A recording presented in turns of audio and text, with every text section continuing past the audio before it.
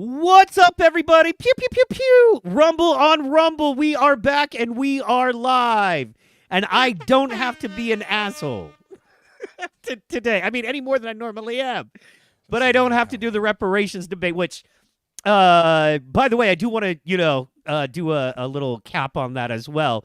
But I am one of your co-hosts. I am Fresh Mike. Some people call me Fresh Mike. Some people call me White Mike. It is FW Mike on Twitter. Some people call me amazing, and I agree. So thank you for that. I am amazing. But even more amazing than me, ladies and gentlemen, the man to my right, he keeps it tight all day and every night. Give it up for your friend and mine, Pro 2 Call.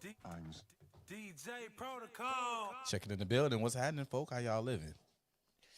It is a hell of a Good. Sunday, How man. are you, sir? That's the question. I'm tired, bro. I'm real tired. Man, you've had a week. You have Yeah, man. you have grinded this week, man. Gotta You went get it in. hard. Yeah, okay, so how about this? Just from Friday afternoon till today, you've grinded hard. You know what I mean? You put a week into Friday afternoon to Sunday evening. So That's how you do it. man, let's start out your show. You had a great show Friday night. Once again, for those of you not listening, you got to check out Friday Night Flight's Pro 2 Call on your Rumble and Pro Reacher on your Facebook and Pro Reacher, excuse me, as well. And Protocol on Twitter, you can find him that way, and that'll get you everything. Or if you're following me, you'll find it that way too. Amy K. Hall says, woo. Shouts out to Hi, Madam Amy. Amy. That- Man, she Keeping tight, it man. She all another in dope check show. for me. You're making sure I never have too much fun. It's good. It's good. I'm kidding. Nah, I'm gonna get you. She's gonna be mad. She loves me, but she's gonna be mad because I'm gonna make sure you have fun. I'm gonna get that fun. Oh, yeah. No, she knows I'm responsible fun. It's like, All right. that's the thing about not drinking or doing drugs. There's always that point that, she say, hello, sir. There's always that point where you're like, I could get in real trouble, but nah. You know, I mean, I want to, so that's my job. I'm like, I want to have the video, so you know what I mean? When it's time to get these people to do things, I'm like, yeah, no, you were hammered, and I wasn't, and I got this video of you doing this shit. So, did we want to do things my way, or did we want a national scandal? You decide. So, yeah, anyway, I'm kidding. I'm joking. Yeah, man. Anyway. Sometimes Oh my scandals gosh, is so the let's way you start need to Friday be. night. You had a great show. How did you feel about your show, man? You covered some really good stuff. It was fun, man. LS, he's probably not in the building yet. We'll talk about that. I know he dropped by. Jonah Money dropped by. So, yeah, man, tell me about it. Man, it was a great show, man. We had a nice fly down of different things that was going down.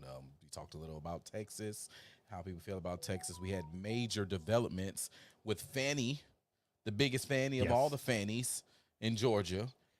She had some things jump off in her case, right, in the divorce situation and what's going on up there. We talked about that. It was pretty good. We also hit on a few local things like the school board and what's going with the school board. You know, people were pretty interested in that. So all in all, it was a great show. I felt, that I did my job. I went to the event the next day, and I ran into some people that didn't even know watched the show that watched the show, and they're pretty ecstatic about the show. So that was awesome. Yeah, heck yeah. Made me feel real good. And not only that, man, powerful, good stuff. You know what I mean? One thing I wanted to drop on you was, when you were talking about the electric cars and the big electric car push, and the fact that it was something that blew my mind, and you were like, man, they're building a huge plant 45 minutes down the road and trying to put you in cars that won't get you 45 minutes down the road. Now, why is that? And then you broke down that they already have a plan to bring a whole lot of folks from other countries, other nations in to fill those jobs right here in America. Well, man, I know we could use some jobs, and those auto jobs are good jobs. Those are those old school GM Ford jobs that, in my opinion, built the middle class of America, Absolutely did. Absolutely. So that was mind blowing. You know what I mean? That was very interesting. And I'm like, that's something that this is, part of the value in listening to your show that people need to know is that, we get that knowledge ahead of time. The problem is everybody's like, if I would have known. One of the most painful sentences is, if I would have known, right? And now we do know. You know what I mean? Now we do know. So, Bringing it in that's hot. one of those, maybe we go, yeah. Pro told you. Pro told you, man. Pro And told maybe you. If we only you would've go. listened, you know. Yeah. So, and that was a question I wanted to break down. We'll get into it, but I'll break down a little bit about, because folks just don't know a lot about local politics and the difference Mhm. between, an alderman versus a city council member versus the mayor. I think people kind of know the mayor, but clearly a lot of his job is about these people, and then they Mhm. influence the local senators and all of that stuff. So, I kind of wanted to go into a little easy breakdown because I know you know that stuff back of your hand, but a lot of folks just don't, including myself on a Mhm. lot of it. So, yeah, we'll break that down. But okay, so Friday night was a great show. We had some great call-ins. You got some rest. Then, bam, I wake up Sunday morning. I check my Twitter. You're already in a mix. Not even a mix, the mix. You are in the mix. Tell me about that That's mix, right. dog. That was S- awesome. So Saturday morning we had so Saturday was a very long day. It was the Student Success Expo here in Savannah, Chatham County. So what we have, which is so funny that Democrats are, I guess it's because they get the money publicly through the public schools, but we have within our public school system a school choice situation set up where you can choose, granted that there's room, whatever school within the system for your child to go to if it interests you and your child. We have schools for humanities. We have schools, and in the schools humanities, they do like science and technology things that will help human forward, move forward, social work, all that good stuff.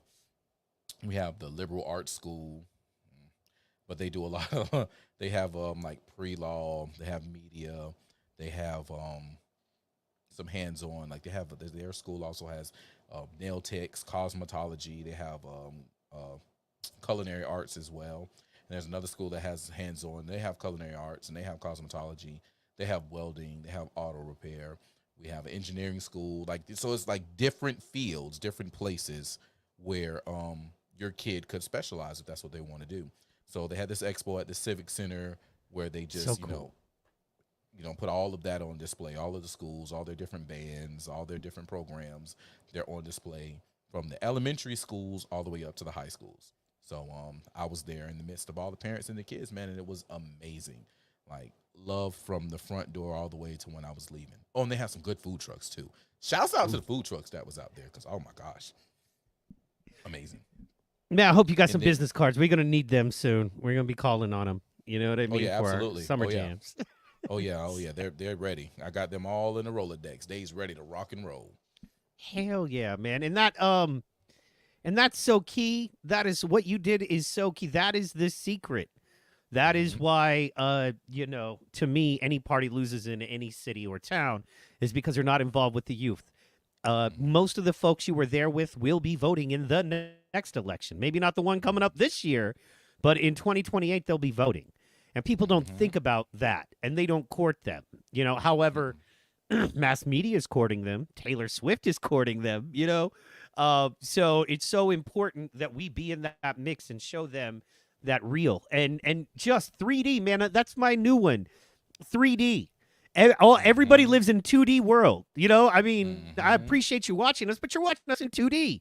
Your phone is Hmm. 2D. Your TV is 2D. You're watching the games. Everything is 2D to the point of, you've been out when you try to go to McDonald's or the coffee shop, and these young kids look at you like, I don't know what to do. Like I don't know how to deal with you as a human being. Hmm. And so getting out there and, touching them, looking them in their eyes, shaking hands, fist bumping, letting them know you care. That is a game changer. Letting them know, man, in this community, I'm depending on you to do your best for all of us in this community. And that's just huge. And I think what we need to focus on more, quite honestly. And that's huge. I love the fact, man, they're doing all that. By the way, welding is fun. I only got to mess with it a few times. Like I never took a class, but I had a couple welder friends. That is fun. I mean, it's like we're gonna take this chunk of metal and we're gonna bend it and turn it and make it cool. We're gonna make a guitar out of that. So I really, really dig that. That's awesome stuff. So let's see here and getting a word from my producer. So anyway, I just wanted to say thank you for that, and I saw that and thought it was amazing. Um, and thought it was amazing. And let's see here, we got the low res. I'm getting good connection. Probably just dropping some packets. It looks like we're back. Okay. Sorry, you know how it is with internet, especially in the plains. Yeah. Oklahoma. Near. In And I got in the that country, boosters, I man. got the speed. You know how it is. So anyway, yeah, I thought man. that was amazing. And you did that. You talked to the kids. You said it was straight love all the way. I know you were repping hard for the conservatives, for, the young, proud black men and women, the children that were there, and just letting people know there's a better way. And that is so key. So we did that. And then where did we go on Saturday? Oh, well, I left there and went about 10 minutes down the street to a friend's gas station, and I had some homies pull up, man. I had the Joe Gotta Yeah. Go bus pull right on up in the city. And, Joe got a right there go in bus. West Pew, pew, pew, pew. Hell Alabama. yeah. You see it. Joe Gotta Go, right? Nice. So, they swung through, and we had a good old time out there, man, in the midst of the hood. You know what I'm saying? I love West Savannah, man. West Savannah is near and dear to my heart. I actually got a project I'm getting ready to work on in West Savannah, man. I'm coming back to some roots. So we came out there, had the bus, 2 buses, 2 Sprinter vans, pulled up. Nice. I had got a partner with a small business, does food, Ville's Grill. Shout out to Ville's Grill. Had Ville pull up. Had Silverback Productions pull up. My dog DJ Vicious my dog he has vehicles that he calls the Block Party Fleet, right? He has a van, he has a PT Cruiser, he has a Ram 3500, and they're all outfitted to bring the club up outside. Subwoofers, mids, highs, DJs, DJ booth, everything right there. Pull it out, and we're gonna turn up wherever we are, right? Doesn't need a generator. He has the vehicle operated where he can get power straight from the vehicle to run everything. So Nice. that was a fun time. Had him come out. Had the oh man, I didn't know my little lighter. Pull it up. There it is. Gun. There it is. Yeah, I thought it was a gun. I thought you were like, I got my gun. I'm rocking my pistol. LS in the building. Let's fucking my go. Look at that. We got that. Yeah, Look at that man. bus. No, man, that was a lighter, man. That was a beautiful lighter of mine. It's not my pistol was Nice. on my side, but that was definitely a lighter. That was pretty gangster. So there you sir. are walking. Free men defend themselves. Free men defend themselves. Slaves depends on others. That was the shirt Yep. of the day. Hell yeah. Mm-hmm. Hold on. We got traffic slowed up, man. Let me show you what's going on. Boom. Let me show you what's going on right now. Bro's happy here. I'd like to see a happy pro. Boom. Brah, brah, brah, brah. Joe gotta go bus. While we left the Democrat Party, man, we tired of poverty pimps. We're tired of political slavery. We tired of failed politics, entitlement, kings Yep. and queens. We done with that, man. Crime bosses, Done. we done with that, bro. Done. We got to preserve America. Joe has America. got to go, man. Joe we gotta here. go. We got the whole tour here. We got the whole bus tour here, man. You see it. Sprinter vans on deck. On deck. Bus on deck. We got food. Bill's Grill is out here, man. Hell House party yeah. truck, bro. We here. Shout Y'all out don't to say we Bill. don't go in the hood, man. Don't tell me Pro don't bring his homies in the hood, man. Y'all can tell that to all them other people, right? But this is one conservative that don't get down with the get down. You feel me? Fuck the bullshit. We out here, man. Joe's gotta go, man. It's the tour, man. Y'all come get yourself some merch. We right here at El Cheapo. We on Bay Street. We right over here by Fairwood. Bay Street. I Say think it. this young lady cop went and was like, "What is this? What is this?" We out here, man. Y'all come on. Pause it right quick. She Okay. really swung the car in and was like, hold on. I passed by, like she literally, so in front, like the street is right there in front of the bus. Oop. She literally like kind of passed by, swung, like put the car almost on 2 wheels to turn back in the parking lot to swing back around. Yes. And was like, what is this? What up, Fuego? Oh, Like- my man. And he got the he got the college oh, I can't. The Blues Brothers guy. I love him. He was Chris Farley before Chris Farley. I can't think of his That's your- name. I'm going to get so fired.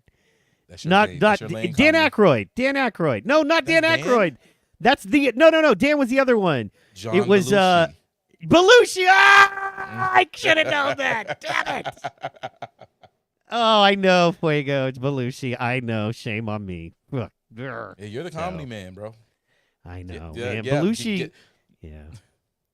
So Farley was my fit growing up because I was a kid. Farley was life. Like I did. Yeah. Oh, Jesus.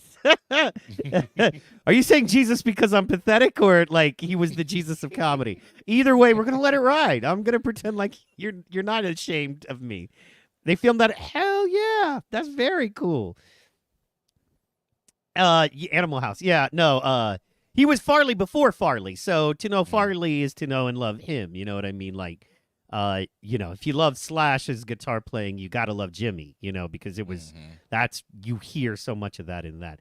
Hell yeah, man! What a great man! I would love to go see that Fuego sometime. That would be awesome. Sorry, let's get back to it. Okay, so the lady had to skirt in because she was tripping. She was like, "Oh, what is going on here?" What is this? And she was When it was like, what is this? Sorry, go ahead. completely I'm sorry. down with the get down. No, you're all right. She was completely down with the get down, man. That was so funny, like seeing Hell her yeah. swing that thing up in there. And what was the Oh yeah, I realized I can't see that. Correct, Animal House. Hell yeah. Oh, I forgot. Oh, okay. And what was the name of the food trucks that were out there? So we Your had, boy we had Bill's? one food vendor, Ville's Grill. Yep, VILL 'S GRILL. He holds it down at a lot of events. He mainly at Island Breeze, which is one of the clubs when you guys see me at the not talent shows, but the talent showcase on the third Fridays. He's usually there, and he has these wings. Oh my gosh, his wings are amazing. But this Wings are particular life. is two sauce, and they're life. They are life, and it's two sauces in particular. It is the busted baby sauce Nice. and the Yao sauce. Those things are amazing. So when you come down, I'll make sure you get some Ville's Grills wings. You're gonna get the wings. I am in, man. I have a pride. I try to do chicken wings everywhere I go. Like at least one order everywhere in the world I've been. If it's on the menu, tried them out. I love that stuff, man. Wings are life. So I like to make my own. Man, I love wings, man. I think they're when you do them right, the little secret things you look for, gotta have them. You know what I mean? Like if I grab it, I want to be able to pull it off the bone. Or Do that. I want it to hit with so much flavor. Maybe I can't pull it off the bone, but that's because you put that flavor in there. My man LS says JGG right effing now. Joe gotta Talk go. to me. What's Right now. JGG LS? Joe gotta go. Oh, Joe gotta go. Oh, my bad. Of course. Yes. No. Yes. Should have done been gone. Should have been This gone. Should have never Republican idea. Yeah. The idea. Look, man. We have clear and factual evidence that Joe Biden has committed blatant crimes to the point of he to the point of he been. I wanted to see. That's what I wanted to show too. I forgot about that part. Sorry. The flag part. Rocking the flags. Hold on, that Running was the cool. flags. Yeah, man.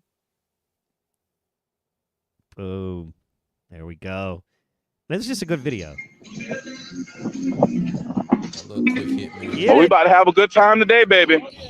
Oh yeah. So two young cats, man. Both of them, they'll be turning 21 while they're on the road because this is a tour around the country. They're going to the hotbed states during the election, and particularly they're there to talk to the minority community and have a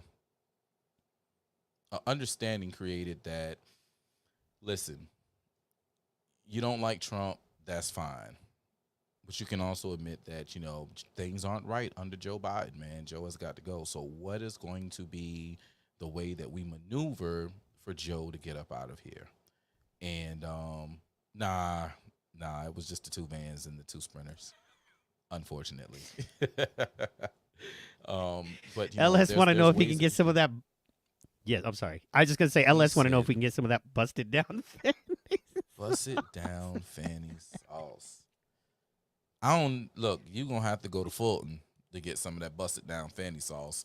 I think Nathan Wade got a bald head, so maybe if you got a bald head and drive an Audi, you might be good to get some. I got a confession, y'all. Since LS is in the building now, I got a confession. I was waiting. Amy, cover your ears. Because clearly Fanny is bad for America and what she's doing is bad. But, I'm looking up, on that stage, looking on that TV, and she's just, asking for forgiveness and encouraging folk. And I'm like, I would. I would. You stroked the beard a couple times. Maybe that's what Forgiveness. she did that MD 2024, That MD yo. She did that 2024. MAGA Dick 20. Maybe that would set her straight. You know what I'm Yeah. saying? Yeah. Maybe it would. Maybe it would. There's a lot. There are a lot of women are scared of the MD 2024, and they know when the MD 2024 is coming. Like they know, so they really try and duck and dodge from it if they can. Well, because they know it'll put them right. You know what I'm saying? It'll don't put wanna them be right. They don't want to be right. They don't want to truly be led. They don't want to, actually fall in line. Even if they see the play at hand, it's something about that vulnerability of really like letting a man lead. They just, they just want to run the checkup and be in control and be in power. I mean, we're talking about a power woman here. We're talking about the head DA of the largest county by population in Georgia. You know what I mean? Like, And if you we're so on one side we forget, but if you know what I mean, if you truly believe Trump is genuinely bad for the country and they put the baton in your hand, they put the sword in your hand and they're like, slice this dude up so he ain't so he ain't running, that you know what I mean? That's a big deal, right? So on that level, but hold the handle, don't hold the base of the sword. Oh, she likes stroking them swords, you know what I'm Yes, she saying? does. Yes, MBDE in her life, yes. MBDE.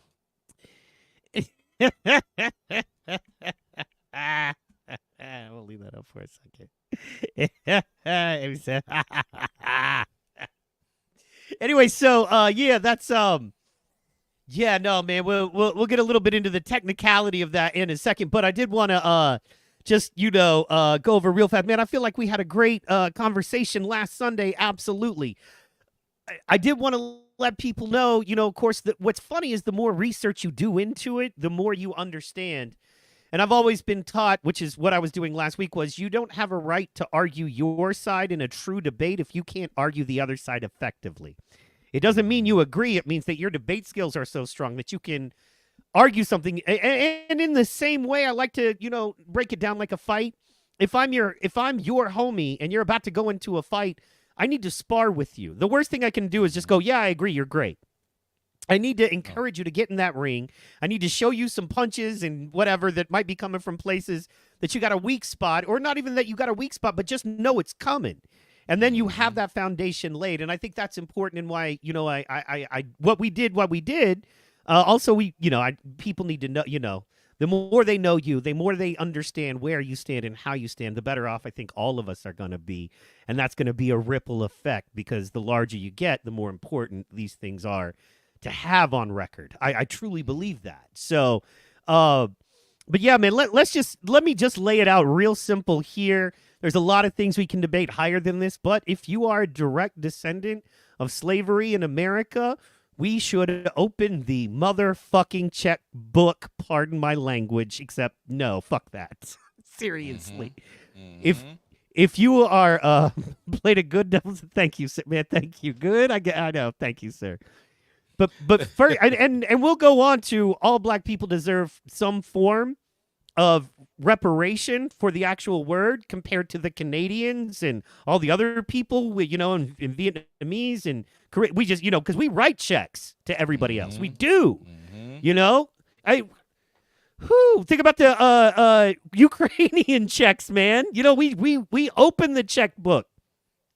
But if your family was dragged here in chains and you were not considered an equal human being, and you've had to live with that descendant throughout your family and your life, we can't be. Hey, look, we got, we'll put 40 years of hip hop awards on TV. Look how much we love black people. No, all this little stuff they do that ain't, you know what I mean? Hey, we made MLK Day a national holiday. Okay, so you guys are good, right? No, they're not. No, we're not good as people who stand with it. They are not good because we have not fully repaired or made it. I don't think you can ever fully repair. I'll just be honest. But you can Yeah. make some steps. You can be Yeah. respectable as a human being. Biggest check going to amen to that. That's yeah. Which is another thing. I mean, we could talk about like military interest and that whole area is really anti-American. Not saying they don't have their reasons, but let's just Mhm. and that's the only we got to fund our one. We got one team member in the whole. But I'm not saying it's right. That's a whole nother show. But on the legit, yeah, I literally I think if you are a direct descendant and when that's easy, you know what I mean? Like if you're a direct descendant, $1 million, no questions asked, and we start there. Start there. Mhm. Period. Mhm. You know what I mean? And then from the numbers that we spoke about last week, $1 million is nothing. 500 billion to supposedly help. I don't know, help. Go to the grocery store and tell me how much you're getting help. You know what I mean? Like, Mhm. come on, man. Mhm. Yeah, figure out that the reason gas is cheap is because old Biden is, ripping our reserves completely out of the ground while he's starting conflicts, which is what are those reserves supposed to be for? Anyway, so long While story telling short, us that man. we shouldn't take that out of the ground for the war. We're getting residuals while at the same time saying, but you don't need to be using this. So we're going to stop your ability to use this. Like, what? Huh? And it's a whole thing because it's the effect, right? Like what frustrates me is the effect. My man, I can't fold up a holiday and deposit it in my account. Right? Exactly. Yes. I can't fold up Goodwill. I can't fold up a BLM end zone. I can't pay my rent because the NFL put BLM on an end zone. That doesn't help anyone. And to me, it's a psyop. It's a big psyop, in my Absolutely. opinion. But Absolutely. regardless of that, man, yeah, no, I just feel like, look, man, direct descendant, we start with 1 million. Just start with that. And then what we do is figure out, my thought would be to figure out the amount lost. And then, as in that, okay, if you were considered a whole human being, why do I even have to say this? But anyway, if you were considered a whole human being, you would have been able to build this much generational wealth. You were working in this place, accruing this amount of value for, God dang it, slave owners. Fuck. Anyway, sorry. I'm so sorry, man. But anyway, so yeah. So let's let's give you 1 million so you and your immediate family are good. Let's just do that. Because 1 million is not a lot, especially when you're talking about if you got 12, 15 family members and you need to make sure everyone is housed.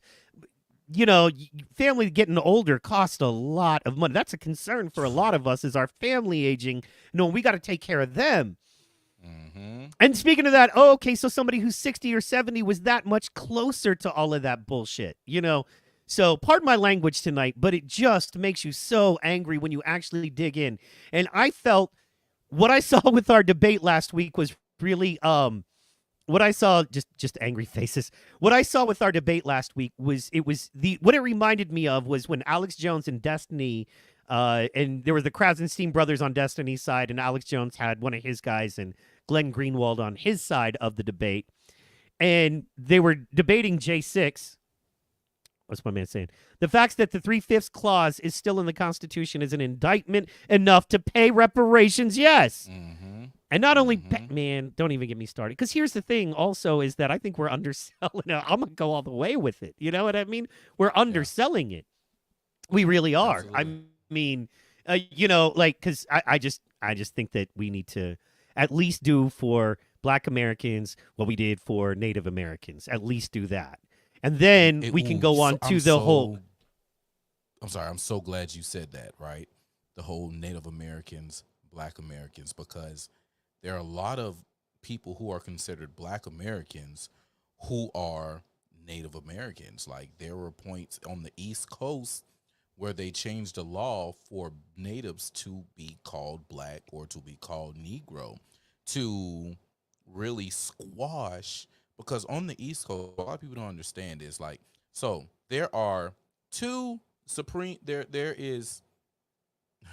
are two categories of supreme laws of the land, all right?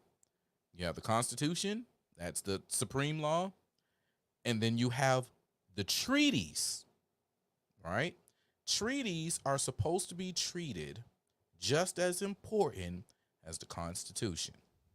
There were a lot of treaties that were made with natives on the East Coast. A lot of this land would not be, under the ownership it is now. And that's why the reparations talk, in my mind and in my studies and journeys, will not come into real fruition. Because then you'll have where from from over here on the East Coast, from like a little north of Jacksonville, North Carolina, to a little more southern than Jacksonville, Florida. It is St. Augustine, Florida, right? From there up to Jacksonville, North Carolina, 20 miles inland is all supposed to go to my people, which is the Gullah Geechees, right? That was given to I think it was in the Forgive 40 me. acres in the mule. Gullah Geechees are a Native American tribe, or I'm forgive me. So Native Americans, freed slaves, runaway slaves, all those, they were like, it was a cohort of people up along the coastline, where we had done intermingled, and like I said, there were some of us who were here, there were some who were brought over, but they escaped, and they actually was like descendants, because we truly, like LS just said, right? We was here when Columbus pulled up. absolutely, yeah. Because he came and he was like, yeah, I see Ethiopians. You know what I'm saying? Well, if Ethiopia is in Africa, nigga, you know what I'm saying? How the fuck do you see them over here? Like, I'm pretty sure those are some dark motherfuckers over there that you're considering Ethiopians. So what are you saying about over here? But his navigator was a black person. You know what I'm saying? Mm-hmm. So like, they knew the routes in order to get here and whatnot. That would open up a can of worms and property that they would have to turn over. Like I was saying, the 20 miles inland from Jacksonville to Jacksonville, in the 40 acres in the mule, or field order number 15, they stated that they gave us the land from there, that they're going 20 miles inland, and the military would protect us. We had a conjunction with the military, and we were able to do whatever it is that we wanted to do.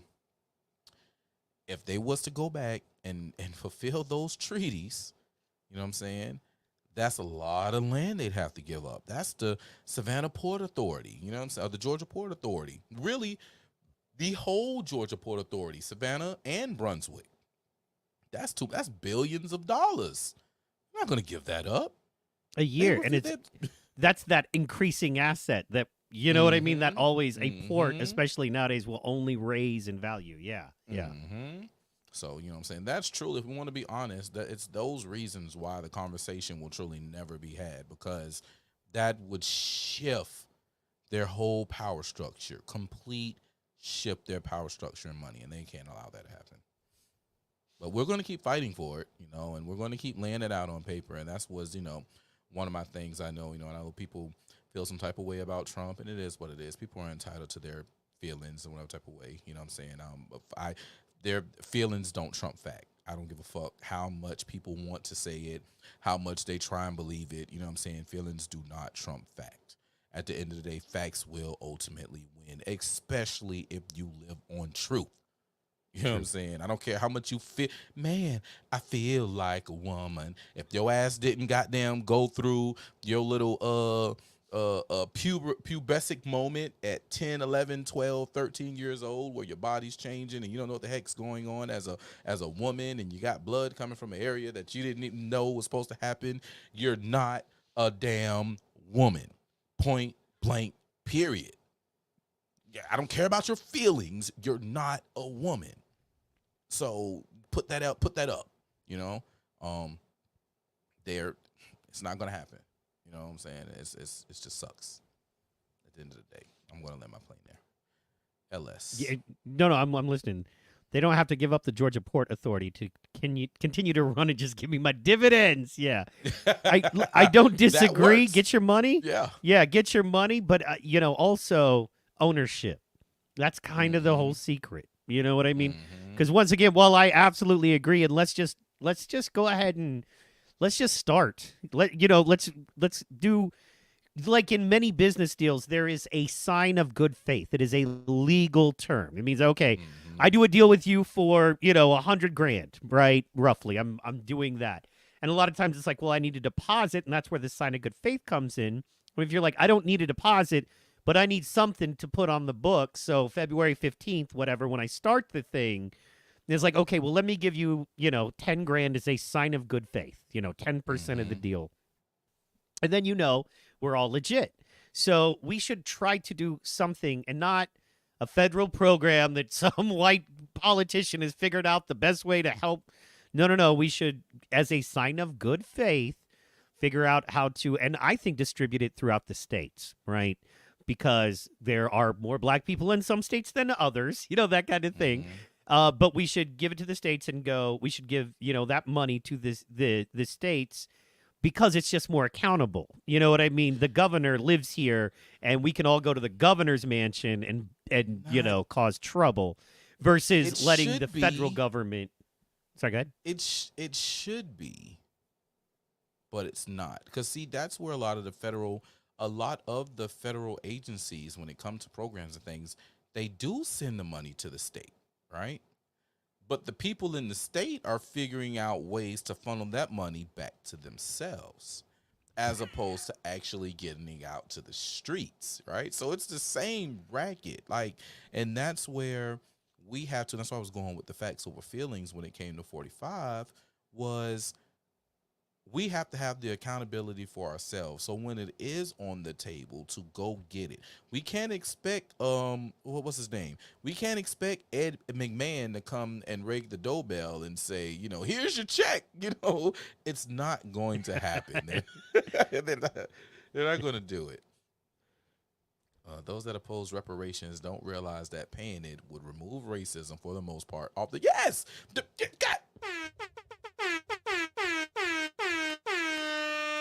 God dang it, man. Yeah, it would. There's a man. Hold up. LS in the building. Yes. I'm about to bring up, there's a young man. God dang, I can't call his name. He's a Republican in Georgia. He wrote an amazing article. Matter of fact, I sent it to you. I sent it to you, Mike. Yeah, no, right I read after that. the Yeah, debate. that guy. Yes. Right, where he was So like, good. yo, if you Republicans, we know the Democrats won't actually do this because if they do it, then black folk won't need them anymore. So we just need to go ahead and harp on this, pay them reparations, remove racism completely off the table at this point. They don't have this as a card to play anymore. Yeah, that would destroy their party, straight up. Mhm. That's that. I mean, that's their thing. So when it's not the fake democracy, at least I've noticed they backed off that a little bit. Yeah. Now they're just coming for Trump and Trump people. Mhm. MAGA Republicans gonna destroy. That was honestly, in my life, the scariest thing I've ever seen, and the thing that made me feel like America was toast. Broken as we may be, still, the best experiment, in my opinion, so far ever in the history of the world, was, Joe Biden sitting there with those Marines in full Marine gear and the red behind him. It looks straight out of a Hitler speech, bro. It was like the bad guy in Star Wars speech, and it was. I mean, they do that on purpose. In production, they do that stuff on purpose. It's not an accident that there was red lighting. That was. And MAGA Republican, blah. It's like, oh, wow. Like, where are we living? And now his condition has advanced so bad, he can't even say that. We're going to let Trump let us and blah, blah, blah, blah. It's literally, what are you doing? So, yeah, man, and who knows? Good news is he's probably not, even if they call him, man, my internet is tripping. I apologize tonight. I don't know what's going on with that. I should have great signal. So forgive me if I'm getting a little latency here. It's all right, brother. It's the way of the world. Yeah, it's odd. All right. Anyway, yeah, but the thing is, we keep fighting. We know better. I don't think he's gonna have another term no matter what. So we should be good to go there. So We should be, man. There's some people who really feel like he's gonna beat Trump. There are people who really feels like he's going to beat Trump. That I part. don't see that. I don't see that. I don't either. Trump's so bad. It's just he doesn't say the right things, and and people think about the racism. The media harps in on him and blah blah. It's like, okay, I understand. I feel you. But people pockets are hurting, and one thing people understand is that they may not like him. They may feel like his rhetoric is the worst, but they had money when he was in. I'm not talking about the stimmies. I'm talking about working every day. Everyday work, they had money. He cut the payroll tax. He's working to abolish the payroll tax. He's trying to disband the IRS. Like, people see that and they know. So they're with it. The thing is, we have to make sure we get rid of the Mitch McConnells of the world, right? I'm not a fan of Cocaine Mitch. Haven't been a fan of Cocaine Mitch, ever. It's people like him who have to leave and make room for the real. And it's up to us to remove him from office. And I'm not talking about forcibly going in there and throwing him out, which the Constitution says that we can do. I'm not talking about doing that. I'm talking about voting, making sure that our vote is on point, and putting the right people, there in place to vote for.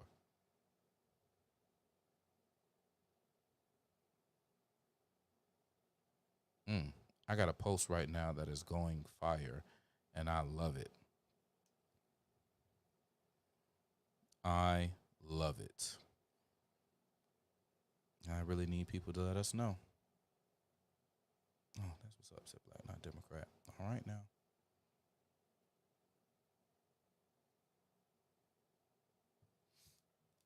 So, yeah, guys, my partner seems to have some major technical difficulties going on, but that's all right because we are still here. We're going to do what we have to do. We're going to get the word out. Y'all make sure y'all follow us on all our social medias, man. I'm over on Twitter at Seaport Pro. My brother's over there, C Hall Comedy.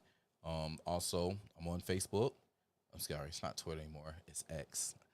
Follow us on X. I'm Seaport Pro. He's C Hall Comedy, right? Go ahead and follow us over there. And then I'm on Facebook at Pro Reacher Adams. And I'm back. Over. Hey. Sorry about that. And you look better. Not Yeah, so I had grainy. to. Yeah, man. I hit the backup stream. You know what I'm saying? Yeah. So Yeah. the problem I've got to figure out is if I have. Okay, so I'm on a booster line supposedly, right? And if I haven't, which is about what I'm noticing is about every 3 or 4. Like I said, man, they start catching up with us. You know what I'm saying? they gonna put y'all back, man. Sloppy Joe. You ain't Right. black if you don't vote for me. Yeah, screw him.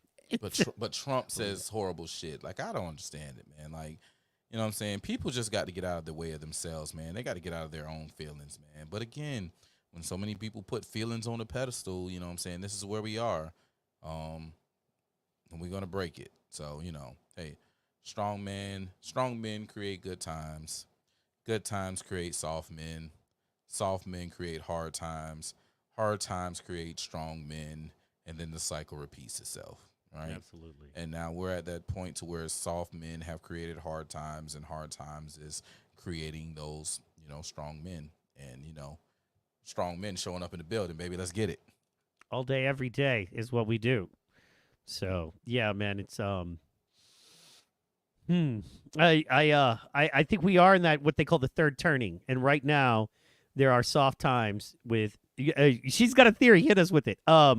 And I think right now it's time for strong men. We're going to have to hold down everyone because people don't understand weak men can't hold down weak people. And there's a lot of good weak people, man. We forget.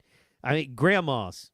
Oh, you know what I mean? Grandpas, great aunties, these folks, or, just people who aren't fortunate enough to have what we have. 4 limbs, a strong mind. You know what I mean? The ability to carry a load, talk to people. That's valuable stuff. So I think it's important if we have that we use it, man. And that's what I wanted to hit. Man, we've got a long way to get there. But okay, so after the Joe Gotta Go bus tour, you had a meeting, right? Mm-hmm. See, Mm-hmm. what the misandry keeps good male role. The misandry keeps good male role models. I don't know. I'll let her finish up.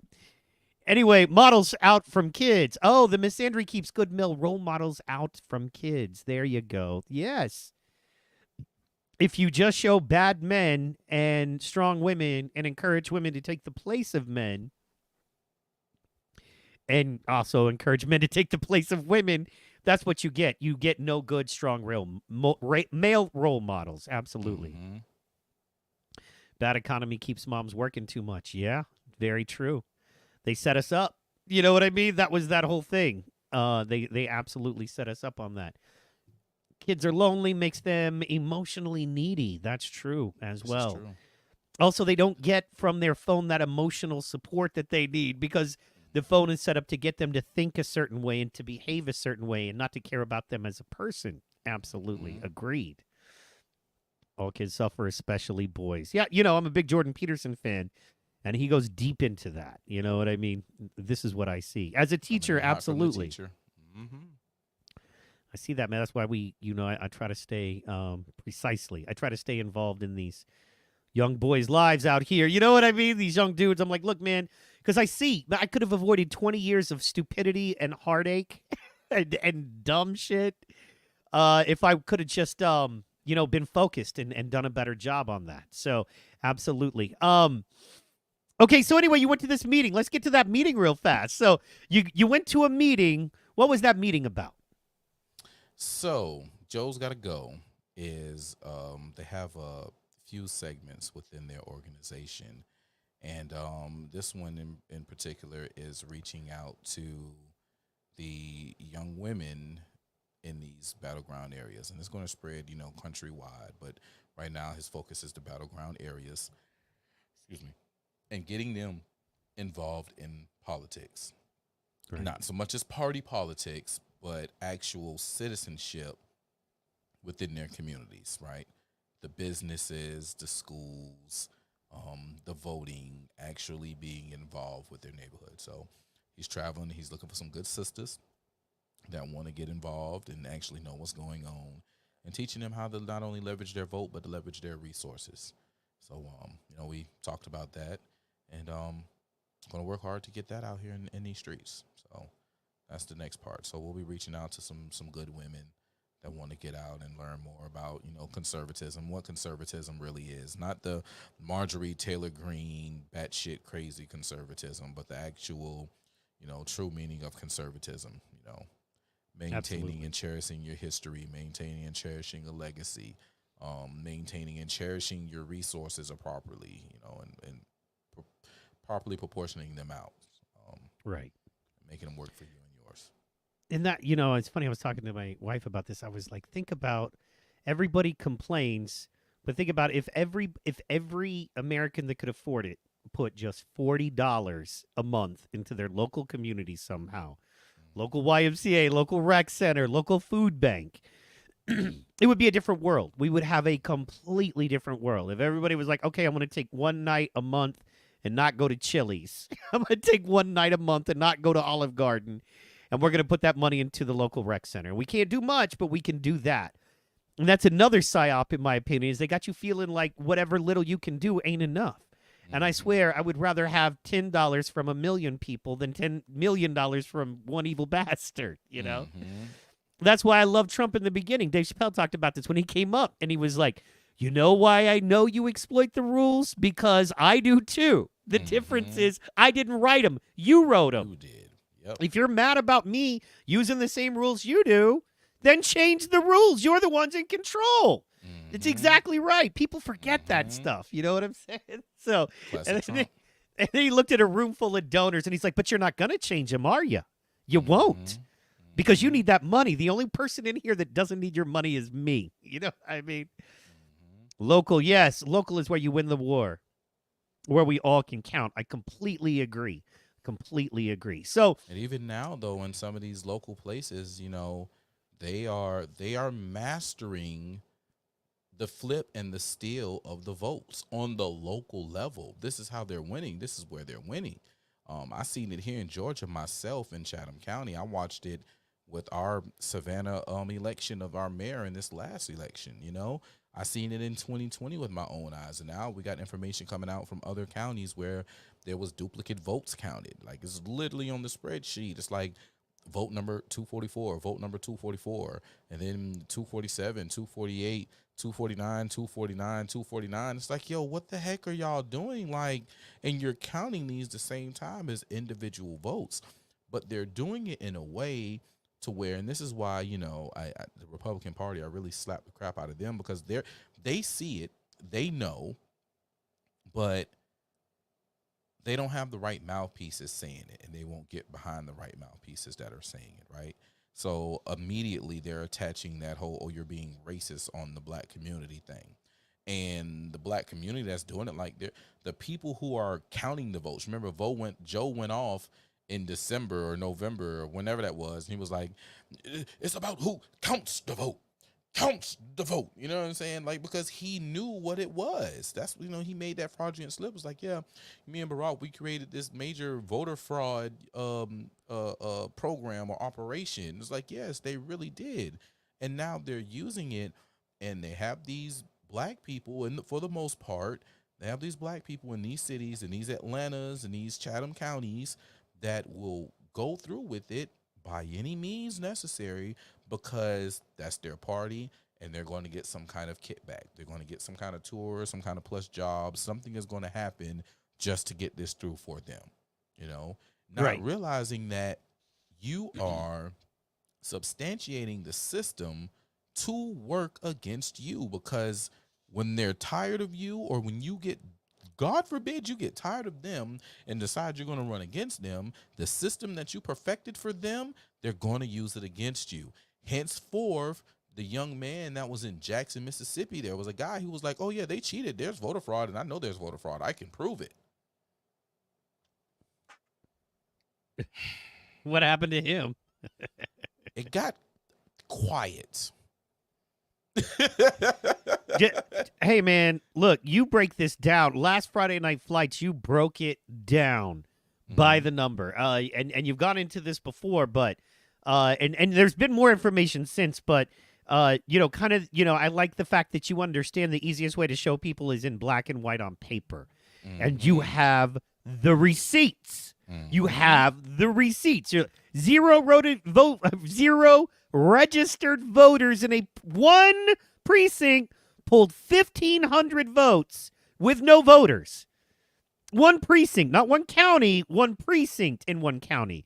Times that by how many counties, how many precincts, how many counties, how many places around the country. We know the shenanigans that happened up in Wisconsin, all kinds of stuff.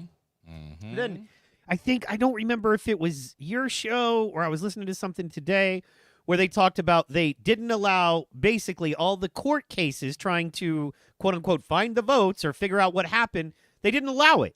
They did not allow these court. It was, you know, these summary judgments, and, you know, we've decided that you don't get to have your case heard, just like they screwed Trump with that chick. You know what I mean? It was it I forgot who it was. I think it was dude that was on Tim Pool that everybody's been rocking on. Breaker of Worlds, that dude. What's his name? Dom Lucre. Yeah, Dom Americans. Lucre. He put on there, he was like, Joe Biden raped me in 1993 in the middle of a park. There's no proof, no evidence, or no facts, but I need $83 million, please. Yes. And I'm like, yes. yeah, I'll take Yeah. my 83 mil. Easy. You know what I'm saying? Believe me. And I'm a her, so you got to believe her and all her stories, you know? So believe me, and let me get my 83 million. Thank you. I'll take that in all small unmarked bills. All small on my, yes.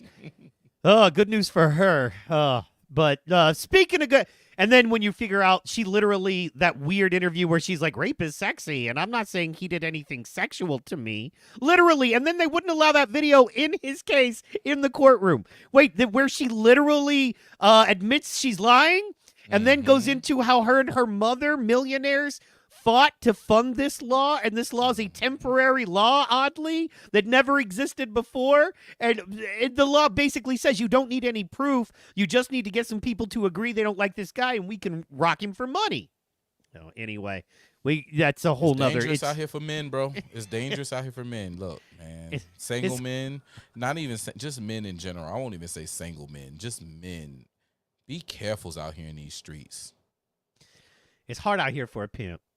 Mhm. But speaking of pimping largely and doing big things, made me think of my man Alex Stein, Primetime 99. He's going to be at the Grifties. I'm producing the Grifties. What the Grifties needed, one of the last pieces we were missing. We needed that thing, man. We needed that cherry on top. You know what I mean? We needed that thing that makes it a complete jam, and that was a proper DJ. And I'm talking to Hotep Jesus. That's right. I said the name, and I said to Hotep Jesus a couple of weeks ago, I was like, man, we got to find a DJ. If you know a young guy that needs some shine or something, let me know. I got some people, but they're pros, and, you know, might be hard to get them there, that kind of thing. And then I was like, wait a minute. And then we were talking about it, and I was like, I know a really good DJ, but I'm not sure if he's available, if he can do it. And I called my man, and I'm like, could you do this? He's like, I can do that. So, ladies and gentlemen, we about to get that pew-pew ready. The official DJ for the Grifty Awards, the 4th annual, first ever live Grifty Awards in New Jersey at the Dojo of Comedy, is, ladies and gentlemen, none other than DJ Protocol. DJ Protocol. Like that fuel. That right. Yeah. That right. New Jersey, I'm coming. Pros coming to Jersey. You know what I'm saying? I'm finna go ahead and get me some good Jersey bounce going. You know what I'm saying? It's about to go down. You know what I'm saying? Make sure you're in the building March the 9th. We're at the Comedy Dojo. It's Boom. going down, bro. I'm so glad for the opportunity. Appreciate you, Hotep Nation. HJ, my guy. Appreciate you, Dirty. Hey, man. We about to turn up. You know what I'm saying? I'm going to bring some Southern flavor. You know what I'm saying? We about to get right. We're going to have some fun up in the Grifties. I Getting got our grift one. on. I got one request. One of my favorite hip hop songs of all time ever is "I'm So Okay. Hood" remix Okay. because I'm so my man hood. Luda goes so hard. Should have been on the original version, but this is the remix. Yes, He's sir. so good. Yes, sir. That's my dog. I got I you. wear my pants below my waist. I never dance when I'm in this place because you and your man is about to hate. I'm so good. And if I you got feel me, you. throw your hands up. My hood ninjas, can you stand up? I'm so Yeah. hood. We in there. And if you We ain't in from here, there. you can walk it out. And you ain't hood if you don't know what I'm talking about. Sorry. So hood. No, we in there, bro. We in there. That's what Luda's in verse there. on that is one of my favorite verses in hip hop. Is so good. So this is the brief. Anyway, so yeah, man, I got a request for that song. That's the only one I got a request for. But I got to let you guys know I'm so excited because my man, DJ Protocol, is going to be DJing party style, but he's also going to be bringing people in and out. He's going to be the personal DJ for Alex Stein, Chrissy Marr, of course, Hotep Jesus, Uncle Hotep, Hotep Cannon will be in the building. Sam Trisnipoli. Yes, We got sir. all kinds of names. Shane Cashman, we love you. Shout out to you. You know what I'm saying? LS. Got some of the goofball Democrats saying DJ T is guilty of rape when the jury never Well, and she even said it. He didn't rape me. She said it Mhm. straight up. Just like Mhm. Joe Biden said, you're not This getting was- that $500 million. This was not rape. This was not rape. You know, and like this is just it just felt it just hurt. You know, it just hurt. This was not rape because most people think of rape as being sexy. Anderson, we're going to go to a commercial. No. His words was we're gonna take a commercial break, and hopefully you can stick around at the commercial break, and we can have this. Sure, you're an interesting person to talk to. We'll be right back. Oh my gosh! That is funny. That is funny. Okay, get it. So, Yes, ma'am. yeah, man, I can't believe that. Yeah, it's all a setup. You know what I mean? That's interesting. That interview was upsetting in so many ways. She says, I agree. It was. Well, and it shows you why we can win because okay, think about Fannie. Think about this lady. And think about literally any man in the Democratic Party right now, if you can call him that. You know what I mean? What is a woman? You Mhm. tell me what a Democratic man is first. Let's start Right. there. And that looks a lot more like a woman. Anyway, to me. Anyway, yeah, man. Oh God, I forgot my train of thought. But anyway, that interview was upsetting. You have her. So that's why we can win, because we are 10 toes men. And the women that are on our side and roll with us are damn good women, and they will hold down the home fires and keep them burning and make sure that we got a hot meal. And if they have to, they're going to load the gun and not let anybody pass the door for us. You know what I mean? Knowing that we got that when we're out there killing and slaying. So good women, good men, they don't have any of that. So anyway, that's the thing there. I do want to get back to something that we got sidetracked on, and that is our debate and Destiny and Alex Jones. Long story short, the problem with that debate, and that was basically over J6 and should Trump be charged. The thing there was, Alex was on the ground, at J6. As you know, you were very close. And Destiny and them are just reading reports, and they're finding things through a bias that they may even deny they have or don't think they have even. And they're finding the things that they want to find to make an argument, right? On paper, black and white. Then you have the people that were there, and they tell a completely different story. Now, the problem is there are people who are invested in what's on paper and not the true story, because normally in America, we value the people that were there. We want to listen. The people that were at Gettysburg, you know what I mean? The people that were in all the wars and all of that stuff. We value their information because that's what we used to call history.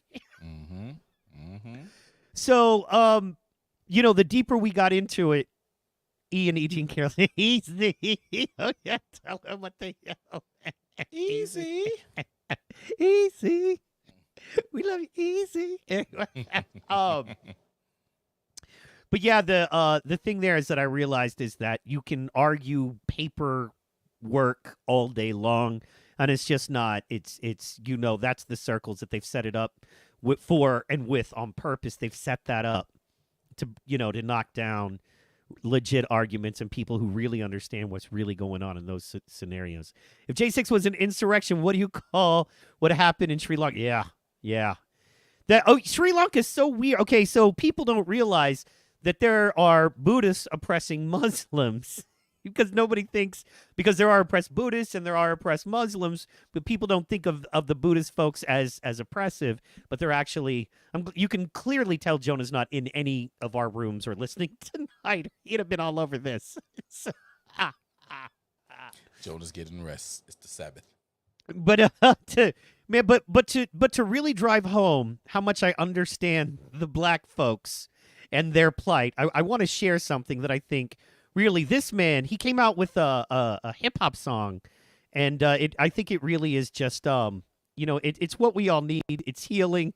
It's gonna bring us together. You know what I'm saying? Father God. Hold on. Just because I like you too much to force you to listen to the whole thing, let's get my boys rap in there.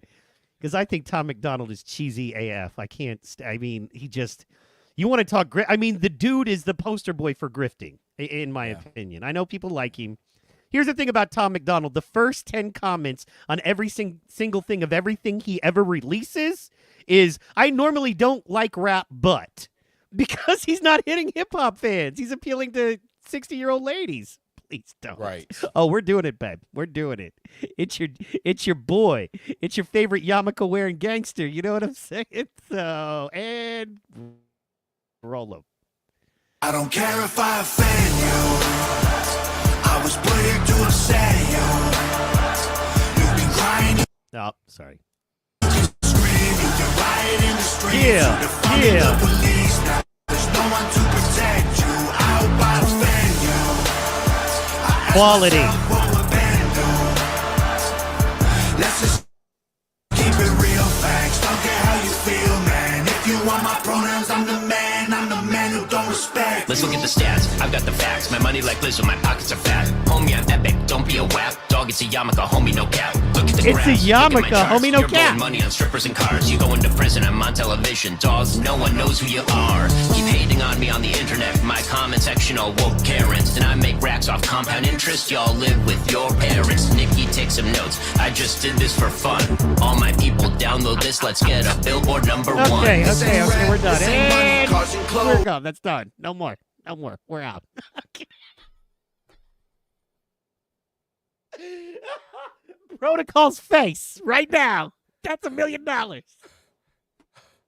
So, first of all, fuck Ben Shapiro, right? With a sick fucking, Amen.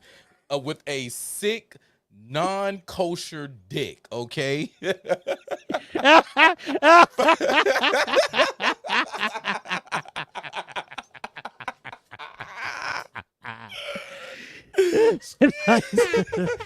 Jonah in the building. Hey, that's a hell of a way to come in, Jonah. Jonah coming in hot, coming in Came in hot. hot. So, yeah, back to Ben Shapiro and his non-kosher dick, you know what I'm saying? Fuck him with that. Yeah, so all I heard was like, the only time I heard that, so I don't listen to Tom McDonald much. I really don't. Like, the most I hear Tom McDonald is honestly when I'm with my PB brothers. That's probably the most that I'll hear Tom McDonald, all right? Right. But he's just not, I'm a real hip-hop fan, you know? He makes Vanilla Ice look black. Okay. I'm Right, just saying. right. So I hadn't heard the chorus. All I heard was Ben Shapiro's verse when HJ played it on the show this week. So Right. I'm hearing him. He's like, I don't care if I offend you. Something. Like clearly I'm listening now and it's like, oh shit. They're talking directly to black people. Like, this song is directly, like, yeah, you could riot in the streets. Okay, this is definitely talking to BLM. You can stop, flags don't have feelings. Oh, yeah, you're definitely talking to black people. Okay, all right. And then you got Ben Shapiro who coming in. Oh, you're going to prison on my television. Did you just say that shit? Did you, like, how is it? And it's, so I just, as we're on the show, my I think the next line it was, "You're going to prison on my television after eating Church's fried chicken." I think that was the Is that what he actual- said? No, I'm being okay. racist. I mean, it I'm could an work. asshole. No. Yeah, I understand. Hey, listen, I It's wouldn't that be close. surprised It's if that that is close. and it fits. It fits. Sri Lankans ran their president and their prime minister out of the country, burned down the prime minister's house, and took showers in the president's palace while watching the insurrection outside on TV. Yeah, they did do that. But that's the people's house. You know, that's their shit. But he's like, I'm listening to this, and it's like, so again, tweet comes up, Daryl Scott, and he's talking about because you know everybody's hitting on. You got, oh my God, the whole Charlie Kirk, Jack piece of shit, Posobiec. Call him Jack piece of shit. All of these guys come out and, hey guys, these are my feelings, right? If anyone cosigns, they cosign, but this is me speaking on these people, and for good reason. Pro doesn't trash you unless he has good reason. So let's just put that out there. Pro always brings receipts. He's not going to come to you without receipts. You know, and I've seen them online, like they were going after Delano Squires and a few other people who called them out, but it's like, you guys are conservatives. Allegedly, right? You're under the Republican moniker, and you're saying all this shit, you know, well, fuck Martin Luther King, or he wasn't really the leader that you really should have been looking at. He shouldn't have been Jesus-fied into a martyr. What else are they saying? They got this here, rap coming out. You got them with the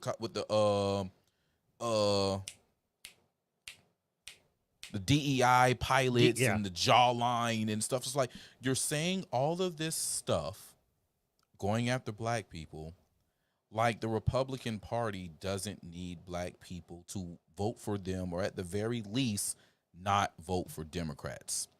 Now you're giving them a reason to say, fuck you, racist. I'm going to go vote for these people just in spite, because I don't want to see you win. They're counterproductive to the movement. Can I ask you a quick question? I'm seeing, and it started, in my opinion, last year, or maybe late 2022, right? And it started with all the videos of the black people attacking white people, right? I mean, viral, and I mean, just over and over these stupid videos. And then you put, some of them are 10, 12 years old. If you do research on this stuff, and it's like, why is it in my feed? Like, 5 of these. And it started there. Because remember, everything is a seed before it's a tree, right? And that's, right when that started happening, I started getting into the, Hotep Nation stuff. And it was like, this is a psyop, y'all. You know what I mean? Like, they want you to look at all black people like this. And I was like, whoa, that's right. And I'm like, you guys got to stop. And I got caught up in it for a minute, like with Tim Pool. I'm like, man, black people are tripping nowadays, right? Because I love black people, but, you know, guys, stop, you know? And then you're like, oh, wait, no, this is a psyop. And Tim Pool was in on it, you know. He was, you know, and the Quartering was in on it, and these, you know, these psyopy, you know, the guys I want to scream. Who's paying you to not talk about? I'm not. The problem is not what you're talking about. The problem is what you're not talking about. That clearly has to do with all of this. Who you're not talking about. So, you know, divide and conquer, absolutely. But what I was going to say is it started there and it was like, but okay, whatever. You know, people are ugly and ugly things happen on the internet. But I am, and correct me if I'm wrong, dude, but I'm literally, what I feel like I'm seeing a real low-key anti-black kind of vibe now, to the point of, I was on a Twitter Spaces with Bryson a couple Sundays ago. And I brought that up in a way. I was like, man, the problem is there's this kind of Christian conservative white attitude. And it's kind of like, get in line. And it's not overtly racist. It's not against black people, but it is against black culture. And it's like, you're kind of not allowed to be black. You kind of just got to be this, right? Right. And I don't know, man. And then, like you said, with Charlie Kirk doing his thing and Ben Shapiro basically going, you're black and I'm rich. It's like, what? What? I'm watching you go to jail while I'm, you know, collecting dividends. And I'm like, bro, how tone deaf. Like, and Tom let this happen. Tom put this out on his shit. So anyway, do you see that too? Because what Bryson said was what surprises me. Because Bryson, you know, he holds down Groypers, which is, he holds them down. So, you know, I just felt like he would never say. He's like, I gotta say, man, the one thing I've noticed is that, you know, my Christian conservative, my white brother, race has become very important to them recently. And when Bryson says it, love him or hate him, he's never going to come from a lying place. He's never going to say something for clicks. To the point of I'm like, dog, you know what I mean? If you watch his feed right now, he's like, if you go to church on Sunday and not Saturday, you're going to hell. I'm like, dog, relax. You know what I mean? Right. But The fact that they're in church, dude, like, let's start somewhere, right? But anyway, he's just very biblical at this point. You know, he's leaving folks on read. You know what I mean? Let's just be honest. He's leaving bigger names than or you that we work with on read. Tom is a Freemason. Why would you? I did not know that, but it makes a lot of sense. Tom never passed the smell test with me. And I'm like, there's something too wrong with this guy. It doesn't make sense other than he's just grifting, other than he's just, you know, Trump rapping and riding the wave, but he's made too much Monday. Sunday is Luciferian. You're Luciferian, troublemaker Jonah. I'm kidding. I'm kidding. So anyway, man, let's get into the meat. Sorry. Oh, I missed you, bro. It was just fun. Amen. Because last week I had to be an asshole. and it was important, but we just get to kind of catch up and kick it. Oh, side note, slap fights are going great. We will not have slap fights this week because we are waiting on February 9th. We are doing a Friday Night Flights takeover. Takeover. Rude boy, we taking over Friday Night Flights for the slap fight watch party. So, but anyway, we're going to do my Jamaican accent is dead on. Somebody call Hotep Jesus. Tell him there's a white Jamaican doing podcasts in his house. Anyway, I'm kidding. I'll stop. We're excited about that. We got Hotep T-Rex said he's down to come in. We're trying to get Cannon to come in. He said he was down. Just needs to make sure his schedule is right. But it's going to be the Slap Fight Championships. Holding the belt, defending the Slap Fight belt. But the idea is it's fun. A lot of money has been put into the social media. We want to ride that wave. And also, man, as much as we hate Jason Whitlock on many levels, I do like when Steve Kim, and I know you probably don't pay any attention to his show at all, but he has a really good current boxing commentator and sports historian named Steve Kim come on. And they'll do full 45-minute segments, and they don't talk about politics or anything like that. They just talk about sports and breaking it down and, you know, where Buffalo is going to be next year and that kind of thing and what quarter. And it's just cool to have, dudes do that in a conservative way where, you're not worried about DEI agenda, or it's not going to be like, oh, yeah, 49ers played a great game, but man, if there were more transgender people in the stands, it would be great. You're like, what? What did I just want to. So that's what we want to do, is something silly and fun, and let you guys know that, conservative people can have a little fun and kick it and enjoy themselves. What up? What'd you see? I want Dana White to participate as left. Fair Right, enough, that would Ella. be nice. That would So be. you brought up the Niners. I had to go look at the score. Ugh, yeah. Oh, it's a good game. Okay, let me. Oh, what, it's what, it's what we got? 24. What do you got? It's 24 all with 9:56 Ooh. left in the game. Yeah. Yeah. I It's hope a the good Lions game. take it. You want the Lions? I need one of my teams to pull this out. So I need the Niners to go ahead and pull it out. Like I wanted the Ravens, but I knew what I tell people all the time is look, Mahomes have been to how many of the last 5 Super Bowls has he been in? 3, 4, yeah. But He's but been here. why? Because the fix is in, and especially I think we were talking about this off air. But man, it's just, first of all, I'm a Ravens fan since Ray Lewis, number 52, do or die. Mhm. Love the Ravens, and I just like that they're a gritty team, and they're a team that puts talent first. You know what I mean? Mhm. Go Lions! Were the Lions ever in the Super Bowl? A long time think ago, I this is- think they went to one. If they were in there So. a long time ago, it's either that or this is their first. I'll check.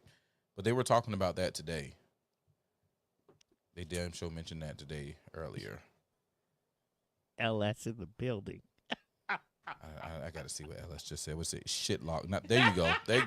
Yep. Oh, he knows. Pew, pew, pew, Oh, he pew. knows. That's right. Fucking Jason Shitlock.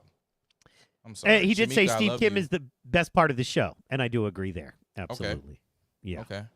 Because once again, it's not, why Jason Whitlock hates black people, which is most of his shows. His show shouldn't be called, what is it, Fearless with Jason? It should be called Why I Hate Black People Well, with I Jason hate black Whitlock. people with Jason Whitlock. Yes. Because I don't know, and I feel like I honestly think that he was that guy who wore the pocketless sweatpants. The wham bams as we call them growing up. He looks like that kid who wore the pocketless sweatpants. He couldn't. So I'm sure he got picked on in school a lot by black people. I'm pretty sure that happened. And he admits he was a fat kid, so he was heavy, got picked on a lot. The fat yeah, man. kid with the pocketless sweatpants. Oh my God.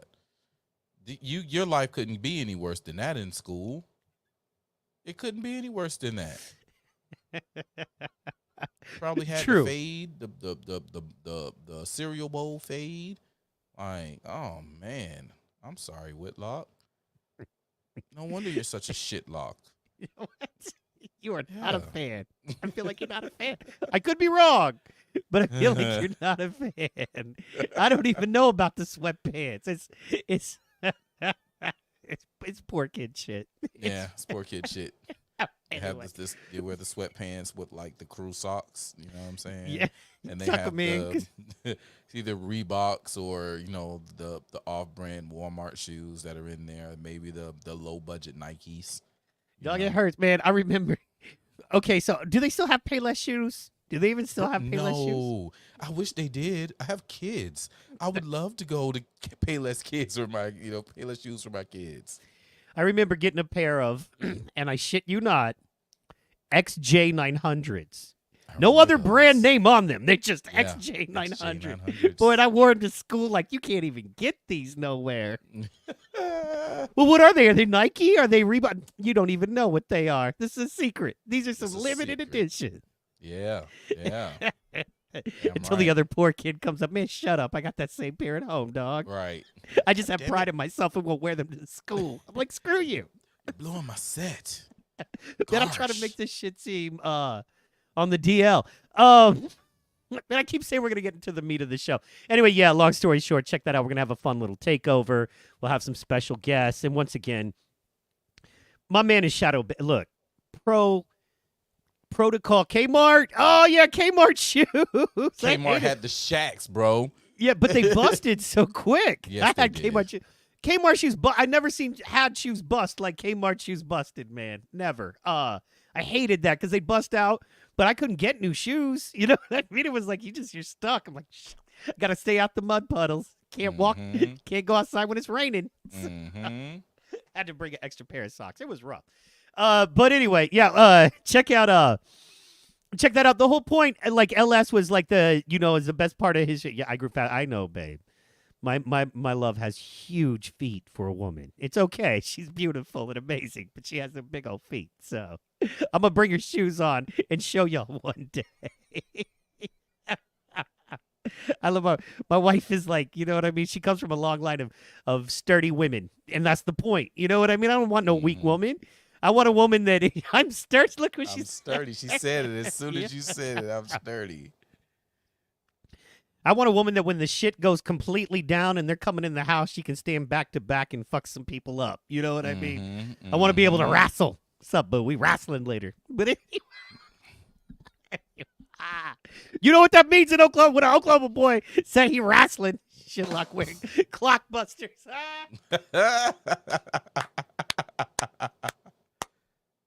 That's a good one, LS. She said you know it. Anyway, yeah, the whole point, LS, and we'd love for you to join in. Jump on the chat, man. I want to talk to you maybe about doing like a slap fights with us watch party. And that's what I want to do is invite everybody in. And look, my man needs to be signal boosted. Protocol needs to be signal boosted, right? They are shadow banning this dude. We were talking about you can pay attention. She laughing because we wrestling. You can pay attention to his numbers and you can see they forget that he's out there and his numbers jump. And then all of a sudden they cap him and his numbers go down. And for a couple weeks, they're lower, and then you'll see him slowly climb, and all of a sudden he's got double. Now, if you know this business, you know it's rare to get double the amount of viewers one week that you got the week before. Double? Or then it cuts in half? That's not how it works, right? You're either gaining some followers, and you might have 20 here or there out of 200, about 10%. Maybe they're busy. They'll check in a couple times a month, not every week. That's fair. That's the game, you know? But to lose half of your audience overnight, and then all of a sudden they all come back in 2 weeks or 3 weeks, and then you lose them all again. That's not how this game works in any way, shape, or form. So they're on my man. So we are doing some fun, creative stuff because Pro is out there. Like the video we just showed, he is fun, man. I know, like you're like a professor and you break this stuff down, but by the same token, you're fun, man. You're a DJ. You're out there with the kids and the people, and I want to bring that side out. You know what I mean? I want to give us an opportunity to do something that's not shadow banned. You know what I mean? That allowed you that will allow folks to get that signal and to follow you because once they understand, and man, I'd rather meet somebody hanging out watching a UFC fight and then they realize I'm a genius. You know what I'm saying? I'm a genius. So, I'm the greatest philosophical mind of our time. A mad genius, the greatest philosophical mind of our times. Boom. Moxie approved, say he knows how to beat the shadow ban. Or we will reach out to Moxie. 100. Absolutely. Amy Hall says, she's talking about you, Protocol. You're dangerous. We know that. Dangerous. Yeah, thank you. I am very hanging with Newt. Moxie approved. I don't know. I gotta find that. I'm looking for Moxie. Yeah. Thank you. I'm very, very, very dangerous, and I live life dangerous because I grew up with Mufasa, and Mufasa's son said, "Danger." I laugh in the face of danger. Ha ha ha. You know? I like the only difference between danger and an adventure is your attitude. Yes. You know what I'm saying? Bars. Get this man a Grammy. Bars. Because it's true, right? So, yes. Speaking of adventures, man, let's get into this, man. I saw this, and all I could think about was you. And I just really wanted your thoughts on this because I know you're the kind of guy that's going to be able to break it down in a way that no one else can. She said, I'm using that for real. All right, so let's break this down. This is a clip on the PBD Patrick Bet David show. little background. I don't know it personally, never actually worked with him, but I can tell you for a fact that there have been more than one black person invited to his show or talked about coming on his show, and he's kind of either cheesed him out, let him down. But he will have like Roland Martin on his show. So I don't know, man. I think PBD has an issue with the strong conservative pro-black movement, as many people do. Oddly weird, but anyway, we know. But anyway, I think he does, and I think he has a legit issue, and I think his team has kind of a legit issue with the empowerment of black folks via the conservative movement. I think that that's the problem. A lot of conservatives think that belongs over there. So with that as my personal opinion, with just a little bit of information I've had in the past on this guy, let's watch this. Let's watch, we're going to break it down. We're going to watch it all. It's a 12-minute video, but we're going to get into the first few minutes of it, get into the meat of it, and then we're going to have Protocol kind of comment on it. So let's see, make sure it's ready to go, and here we go.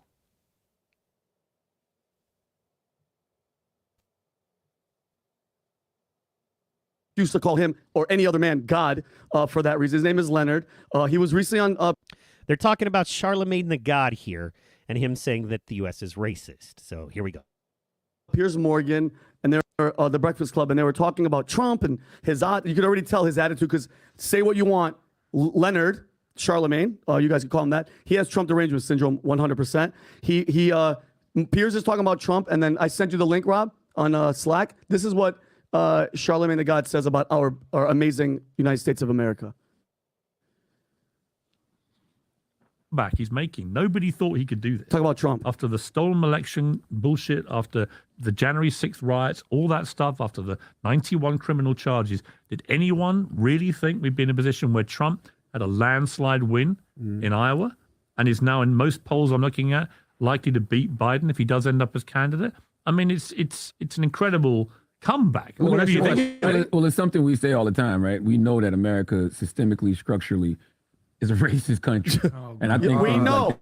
Hold on, we know. I wanted to ask you about in Trump 2016, after he win, I can understand the case for optimism, right? Nobody wants to see this country fall. But it's 2024 now. Based on everything we've seen Trump do, all of the things you just, said, the attempted coup of the country, the 91 criminal charges, you still think he should be president? And you can pause that. By the way, listen to what he's. I will pause it too. Boom. How cute do you think that PBD's opinion is, and not his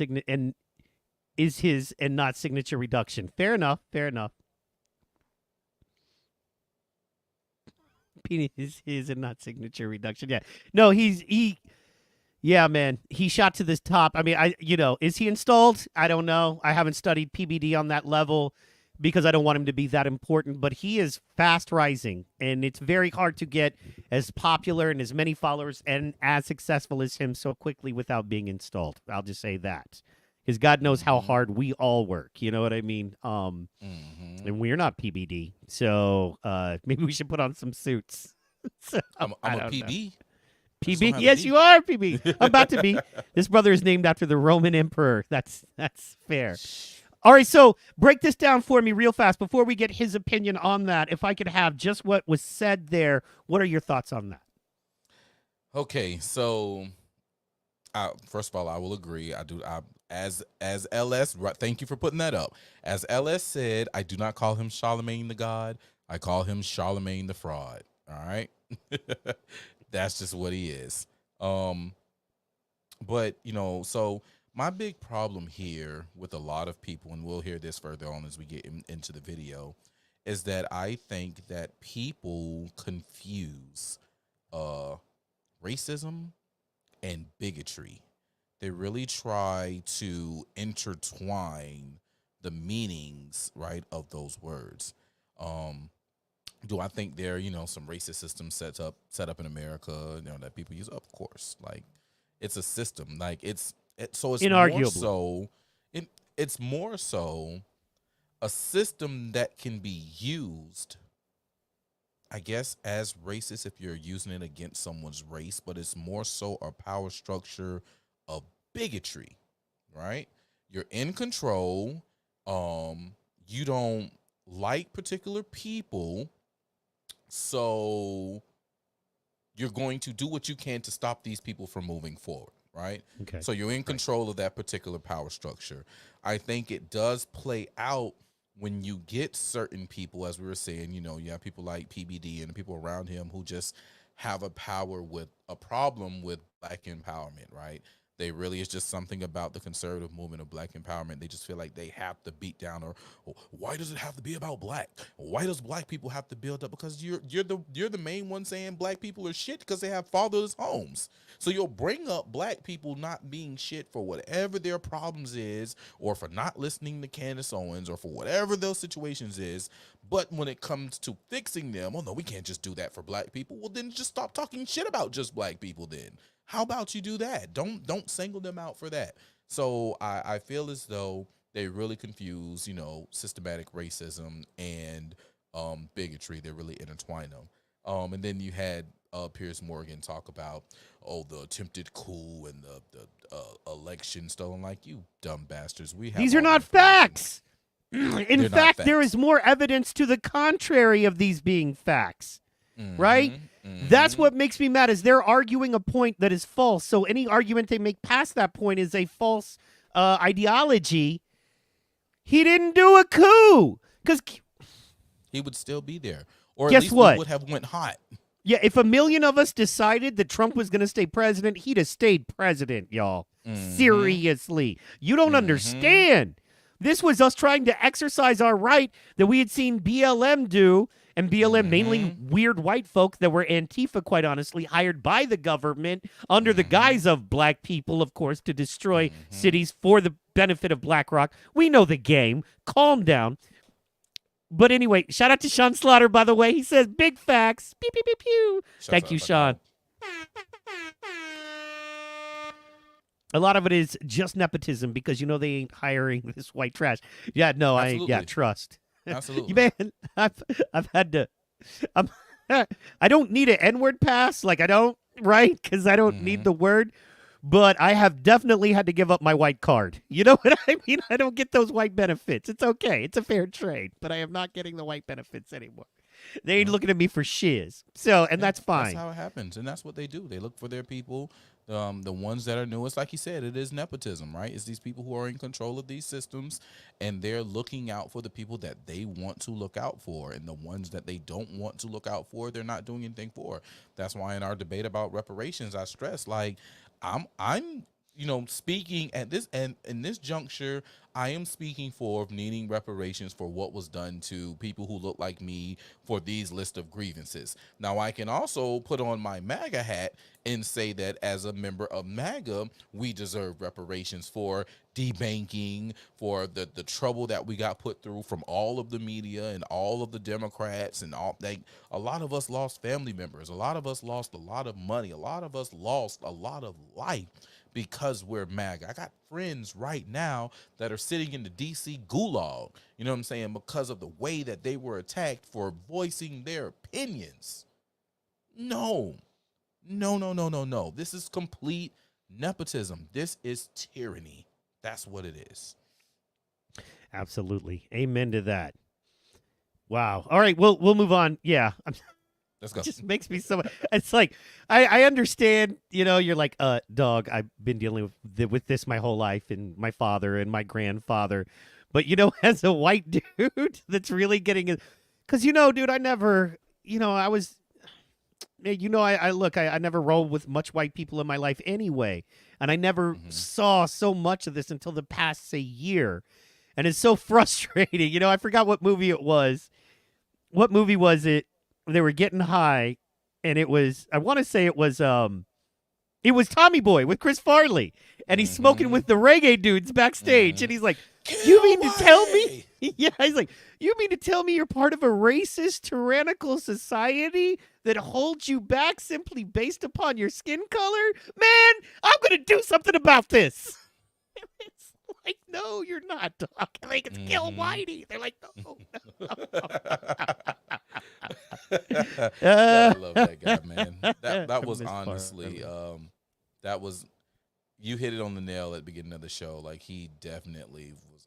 I hold him as one of the best comedians to have done it, bro. Like, comedian act. between Yeah, he brought it. Tommy Boy, Black Sheep, like those are my fucking movies, dog.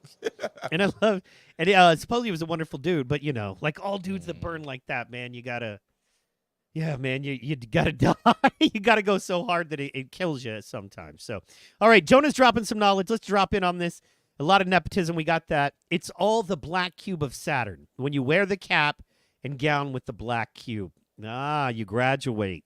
You've shown yourself approved, indoctrinated, set up with that.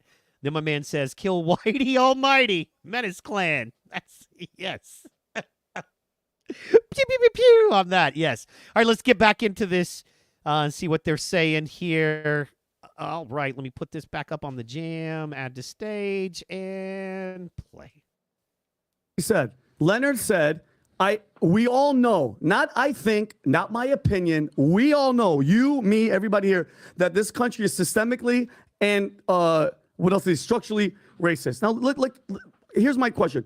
What can't you do, okay, that a white person can't do?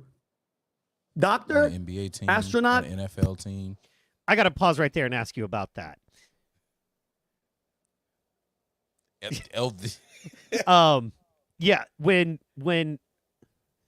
no, you understand. Well, that's a big point. America's not racist anymore because black people can acquire wealth, build businesses, and be as successful as white people. That's my wife. Oh, bro. She's like, oh, don't get into. I love you, babe. We're good. We're good on this. I'm not liking it. Yeah, that's the white guy. Yeah, that guy's not fun. Charlemagne's neither good either. But anyway, the white dude kind of holds down MAGA. I just think he's on that other side. He just needs to hang out. He needs to hang out with us. He needs to listen He to doesn't this have show. any real black friends. He hasn't had. No. He ain't kicked it in the hood yet. He hasn't. No. He doesn't know. He never went to an inner city school. He never lived in the inner city 9 times out of 10. So he wouldn't know, because then you wouldn't ask that question. He's super nice to the black janitor in the building. He always says hi to him. He's like, I'm not racist. I always say hi to the black janitor. It's like, shut up, bro. So anyway, so your response, if I'm not saying this, y'all, but anyway, if a white person says, how are we structurally so stupid? I hate asking questions that I don't believe. But anyway, somebody says we're not structurally racist anymore because all of that has been torn down, and now black people have all the opportunities as white people. What's your response to that?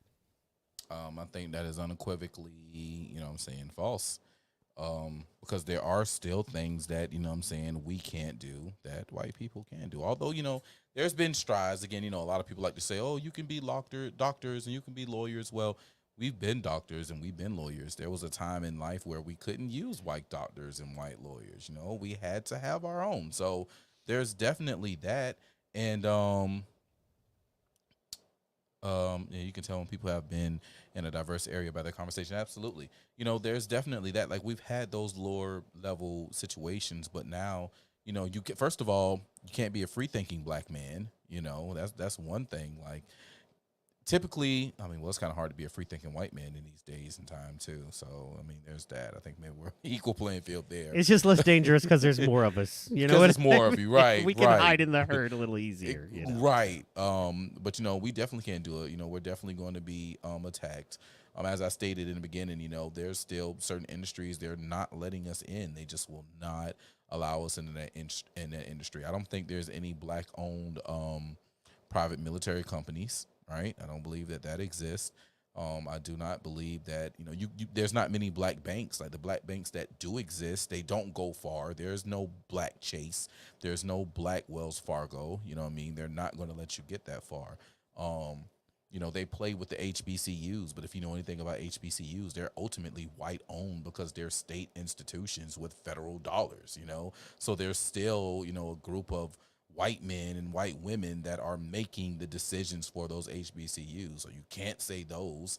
The NBA teams, I mentioned the NFL teams, the MLB teams, like, they're not letting us in those structures on a very high level. So no, there's still things that we just can't do. We don't have a AT&T. They're not going to let us get the telecommunication companies. Like, those It's just not going to happen. So no, there are definitely things that they're keeping us out of for the simple fact of if we gain that kind of power and then we happen to go on some kind of Afrocentric tear, they're going to deem us as a terroristic organization or something of that nature. And they're going to come right after us because they really don't want us to not need them at the end of the day. We're money. We're big money. I believe the black community spends the amount of money. Our spending power is the equivalent of a decent sized country. That's money they need. Absolutely. Well, and black folks know how to make a dollar go farther. They just do. I mean, the reason I know how to be, make a dollar go far is because I grew up in poor neighborhoods. You know how I grew up, but it's, black folks know how to build a community out of nothing, basically. They know how to figure out how to make this land valuable, Let's see what my man's dropping. Laura Rockefeller Spellman. And they won't allow you to blow up an RV outside of your office building and get away with it. Get away, bruh. I didn't even want to go. I didn't even want to go into like the crimes that they won't that we can't get away with that others can. Well, like we covered in our show, man, high-level CIA intelligence interrogation people watch a black man be passionate about how he feels, and like he's clearly lying and concealing things, and he's clearly showing criminal behavior, and you're like, and we don't have all the answers, and I don't say we do, but that's clearly one piece of the puzzle of why the prison population is so out of whack. We haven't even brought that up tonight. Once again, we could go hours on any one of these things, and how it's blatant that. How do I say this? Because man, I want to say, okay, what? Explaining it as a white person, right, who knows white people who don't understand and don't realize what they're participating in or taking part in. It's like, I know a lot of white folks who aren't racist per se, right? Meaning they don't hate black people. They love their black family or friends they go to church with. They love people like that. But they don't understand the policies. They don't understand the past, oppression and burning down of Black Wall Street and redlining. And they don't understand how that really still to this day stops a large segment of millions of the population from producing and creating businesses and wealth and better families and better communities. And so they're participating in racist behavior or a racist policy, for lack of a better way to say it.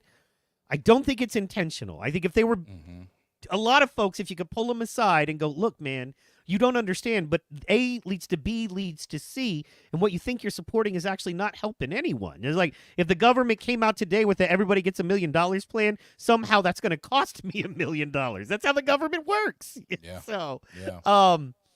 Let's see here. What's my man saying? 3/5 clause, generational wealth destroyed during Jim Crow. Insurance companies not honoring not honoring policies held by black people of those destroyed cities like Black Wall Street. Exactly. Yeah, and then you pay all the money to the insurance. Man, anyway, let's get back to homeboy in a second. Jonah got one. The biggest pedos in existence. The C, your eye. Hey, bro, are the biggest pedos in existence, but they label its sources and methods. Absolutely.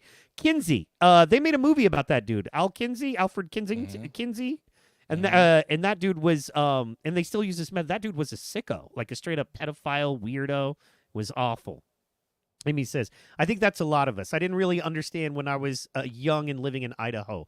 There were only 3 black people in Idaho, in her town. And that's true. I found out today, this is really cool. She was like, she never told me this. Her father has passed, and he was a public defender his whole life. And she was like, you understand there were like 2 black people in our entire town, and he ran for mayor, and my father was the guy who ran behind him and pushed him for mayor. It's like, she's like, and now I'm watching you in protocol. I know it's gonna be, and he won. She's like, and he won. So that's what's up. We got a plan. This is family. You know what I'm saying? So Yeah. Let's see here. We cut history in schools. It's a big part of your current problems. Yes. All of our problems are that. And yeah, they pull out social studies and math for more recess time and whatever. And I understand we got to teach stuff, but yeah. So your father was a lovely man. Or are you talking about the mayor guy? Your father was awesome. Mayor guy, I'm sure he was great too, man. So anyway. All right. We'll keep rolling on this. Man, thank you, chat. You guys are fire. We got the best chat. It's a tight chat. It's maybe not the biggest chat, but it is by far the best chat. You know what I mean? Yes, absolutely. We got man. diamonds. You don't get a whole lot. You know what I'm saying? You get a whole lot of fucking, basic stuff. I can bring a whole lot of gravel to the party. It ain't worth nothing. But if I have 5 diamonds, that is worth way more. And you guys are all diamonds, and thank you so much. No less recess. Teaching to the test. No history test. Wow. Okay, yeah. No history either. Yeah. Well, no real history. So No real anyway, history, yeah. let's get this. He's going in on Charlemagne here. And once again, the topic is: do we have a racist country? And is Trump a big part of why we have a racist country? That's what they're discussing. Charlemagne had said that he believes that we are in a historically racist country. The guy on here is saying we aren't. And that's what they're talking about. And we're getting protocol and, unfortunately, my opinion as well. And we go. President of the United States, 2 terms. I hate this attitude, and this is going back to what you always say. What he's doing is not only divisive, but he's instilling victimhood mentality into the young black youth, just youth, minority in general, saying, you know what? You can't do something because something is holding you back, which I think is bullshit. And by the way, he's a walking, talking contradiction. He wrote a book. His book, guess what the book is actually called? Black Privilege, Opportunity to Come to Those Who Create It. Look. So wait, if there's black privilege and opportunity comes to those who create it, and yet everything's structurally racist, and how did you make it? Did you slip through the cracks? I don't get it. These people are they're killing and they're making money because it's a victimhood mentality, and that's how they make their money. But then, Rob, I think he should write a different book, and I actually wrote it, Pat. I think he should write it. It should be called A Word from the God, How to Become Filthy Rich in the Most Racist Place in History. That's what I think that he should have his book. But it's like, what do you think? I think it's ridiculous that this attitude of we're racist, and guys, at the end of the day, there's racist people in this country, just like there's pedophiles over here, and there's bad people over here, and there's crooks over here. It's not what they say it is and how bad it is. And I think it's ridiculous, and it's not helping the youth if you're setting into their brains that everybody's racist, the system is against you, and you can't do anything. Do you think All right, we'll pause right there, man. What do you think about that? We'll get to your chats in just a second. I want to get Pro's take on this.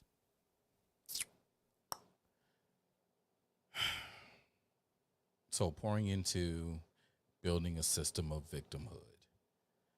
No, I don't think he's pouring into a system of victimhood. I think he is shining or highlighting or even grifting off of some victim situations. And I'll say it all the time. I hate when they be like, oh, you're just squandering in victimhood. You're being a forever victim. No, these people are victims of some type of injustice, and they never got their just due. And they're just saying, hey, this is what it is. But if you address it, apologize, and then do something to truly fix it, or at least repair, a wrong that was done, make an amend, then you could remove it. But you won't, and you can't. And it's hard for you to even say that. And then you just turn around and attack them. Like, you're creating more victims by attacking the situation that they're in, like you're committing an offense on them. So I think, Charlemagne is grifting. But it was the book, hey, black privilege and making it in America. Well, if I was, a real conservative and I wanted to handle something, have a debate with him, I would bring that up. Like, hey, dude, what changed? What changed from you saying, hey, this is black privilege and this is how you can make it in America, right? To you made it, wrote the book, got millions of dollars, and now all of a sudden it's, oh, this place sucks, you can't get ahead, it's all racist, and they don't want to get, like, where's your change? Did you get debanked? You sound like you got debanked. Did you suffer from what we know is happening to conservatives, or what? Like, what really changed to make you say this, or is it just the flavor of the week, and you know that you can make some money because this is the grift right now? And I think that's what it is, and I believe that they got caught up in the grift of Charlemagne. Simple as that. Yeah, I remember he came out and said Joe Biden wasn't a good president, and they had him, like, what, 3-4 days later on CNN going, I didn't mean it. I didn't mean it. But let's get to our chat fam here. They're dropping some knowledge. My man Sean Slaughter says it's getting their thumbs up. Yep, it's getting their approval. It's getting the likes. That's what you got to, I mean, that's what the grift is about. Absolutely. Troublemaker Jonah. LOL, you mean the Rockefeller Foundation claimed that they were not involved with Kinsey during the Reese Committee, but now they have it on their website. I spoke about it on my show this week. Yes. Jonah, drop the link for your show in our chat, please. I know people would love it. I would love it. A lot of people would love it. Drop that link in this chat so we can promote your show, my friend. We got LS. Exactly, Mike. Just like Julianne Margulies, instead of Margulies, thinking she's supporting black people by putting a black square on her social media accounts and supporting BLM, which is started by Jewish money from George Soros. It was all a George Soros Antifa thing. My girl just mad. She's mad about the whole thing. Grr! I get it, boo. I get it. Jonah dropping more knowledge. And how the fuck does Kinsey know about pleasure experienced by a 6-month-old, right? This is what I was saying. My man always comes with receipts. Academia is all a lie, but we got the CMB, which will destroy it all. Yes. Sadly. Sean Slaughter says, it's all about the money. They don't care in reality. Yeah, that's the thing. They're grifting off of what other people care about. Playing on people's emotions. Exactly. Man, Sean is in there. Sean is simpatico, as we say. And, of course, LS is on the team. Some white people believe institutional racism doesn't exist because we use the same bathrooms and water fountains now. He's got some dots there, and oh, he's right. I really, if you would have asked me 5-6 years ago, if you would have asked me, as recently as maybe 3 years ago, I'd have been like, yeah, there's not there was, but man, we've worked really hard to destroy that. You know what I mean? He's on Spreaker. Of course he's on Spreaker. You know what I'm saying? Boom. I got to get me Spreaker again. I'm going to download that Spreaker app again. You know what I'm saying? That's awesome. Hell yeah. Thank you for sharing, Jonah. Thank you so much for sharing. I know you go deep. But yeah, a lot of white people don't think it exists. And then if you don't believe it exists and then you go listen to Ben Shapiro, or you go listen to Patrick Bet, you go listen to quote unquote thought leaders in the conservative movement, they're going to be like, you're right. But where's the what was that? Oh yeah, the black man. The black man. I feel like the most frustrating thing would be to be talked about so much, yet how hard is it to find a black person to come into the room and talk about it? That's the thing about this that I was waiting to drop. That was my bomb. Damn it. I've dropped it too early. Sorry. Shit. That was my bomb on this thing. But we'll jump back on it. We getting it. There was 2 this week. Joe Biden's secret court with Eric Holder as a federal judge. The first part is because this is the first part because there's 2 parts. Absolutely. We're going to jump back on this real fast just because I love Protocol's take on this. It's just so brilliant. And then the problem is I agree with him and what he says makes me angry, and then I scream into the mic and I apologize. So they are called the stupid party for a reason. Preach it, fuego. Let's see what these smart guys are hitting us with. Percentage-wise, Tom. And this goes to everybody. I want you to think about this before you answer it. You put all the total amount of white people in America, total white population in America. Of course, he's representing Baltimore because he needs that cred. He wants that cred, dog. That's why I'm telling you. He don't give a fuck about the Ravens. Calm down. What is the number? Total white population in America. And then look at the total black population in America. Is there like a number what that number is? White population, is that what it is? Okay, that's the white population. Let's just say it is 251. Okay, and then go to black population in America. Total black population in America. Total black population in America. Okay, what is that? What number do I see? 41.6 million. 14% is what it's hovered around. 13.14%. 41.6 million black. 251 million. Yeah.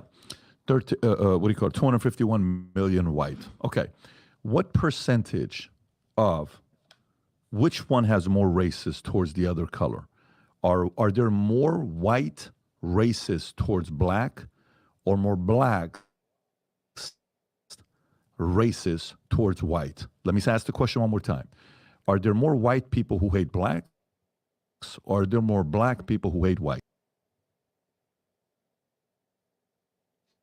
And I'll leave you to comment.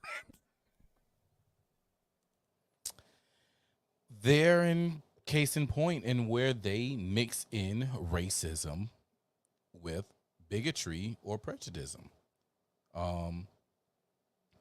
There's no way. So in order to be like racist, in order to be a true racist, you have to be in control of a system and be able to stop someone from progressing, moving forward based on their race. That's literally the definition of being a racist or being racism. It's a system. That ism is for system. So with that being said, no, black people are not more racist than white people. They may be more bigoted, they may be more prejudiced, but they are not more racist. And I think that we need to stop conflating that word. I can argue that black folk probably are more racist than whites, but there are more whites than are blacks. So really, is it possible? I don't think so, because surely the numbers out there, it's just like, well, clearly there's more white people in jail because there's more white people in population. Well, clearly there's more of this for white people because there's more white people in population. So I think the same thing would apply here.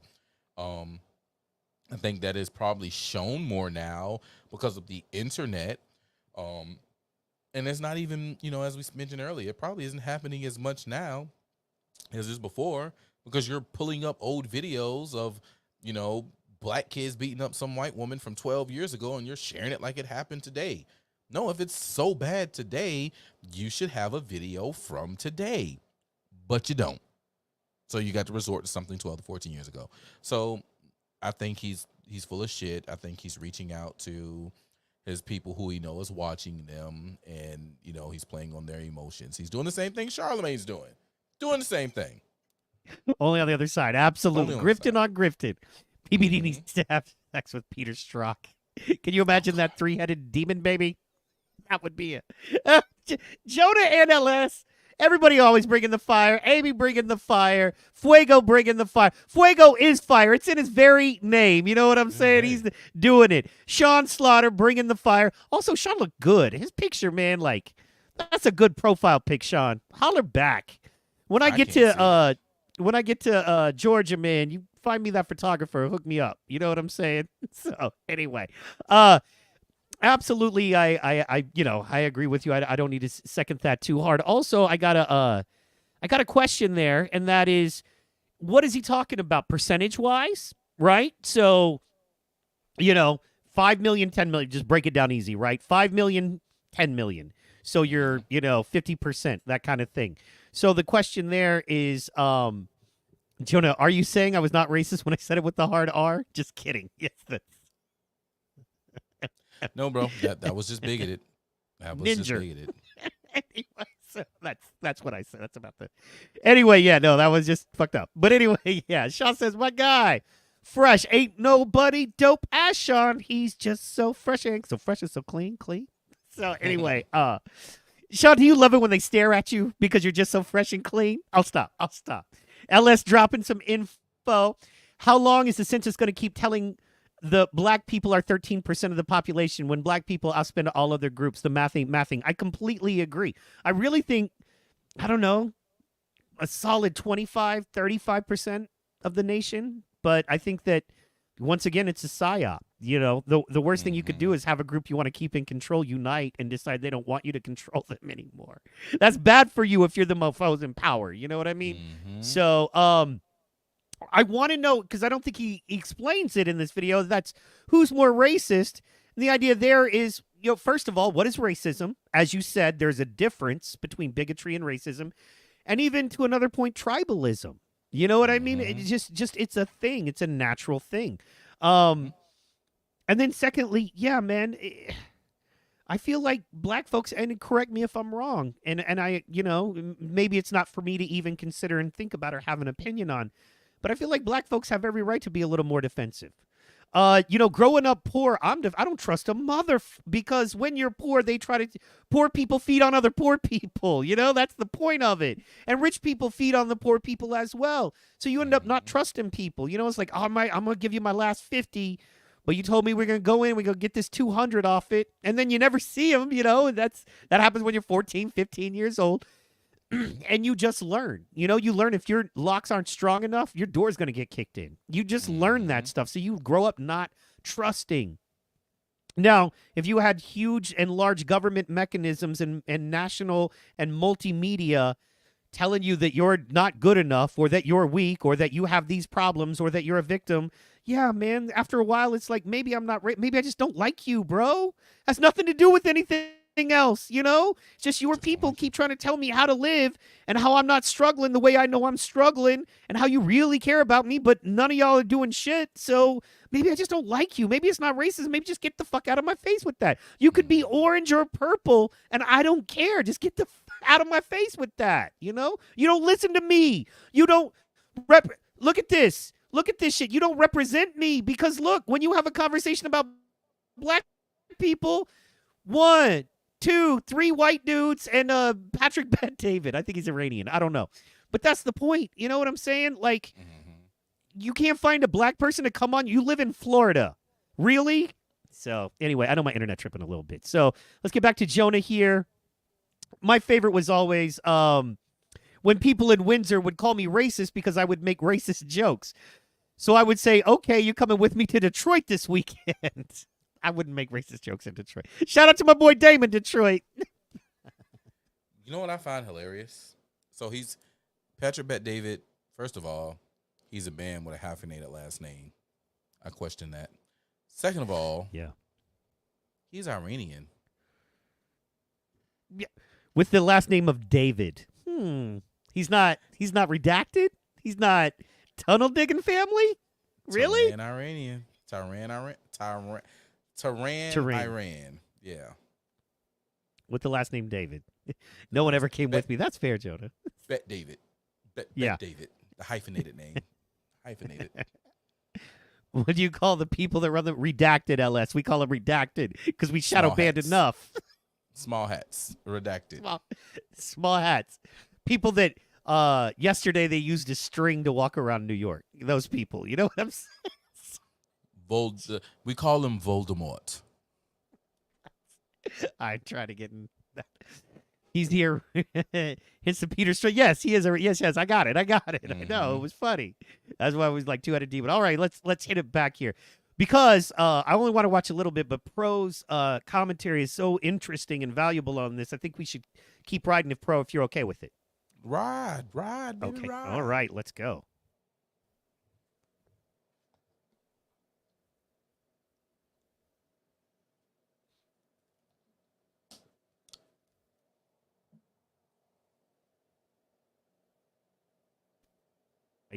Conservative man would say. I had no idea that was. Wait, run it. We can't hear it. It's not in the show. It's not in the show. We don't have it.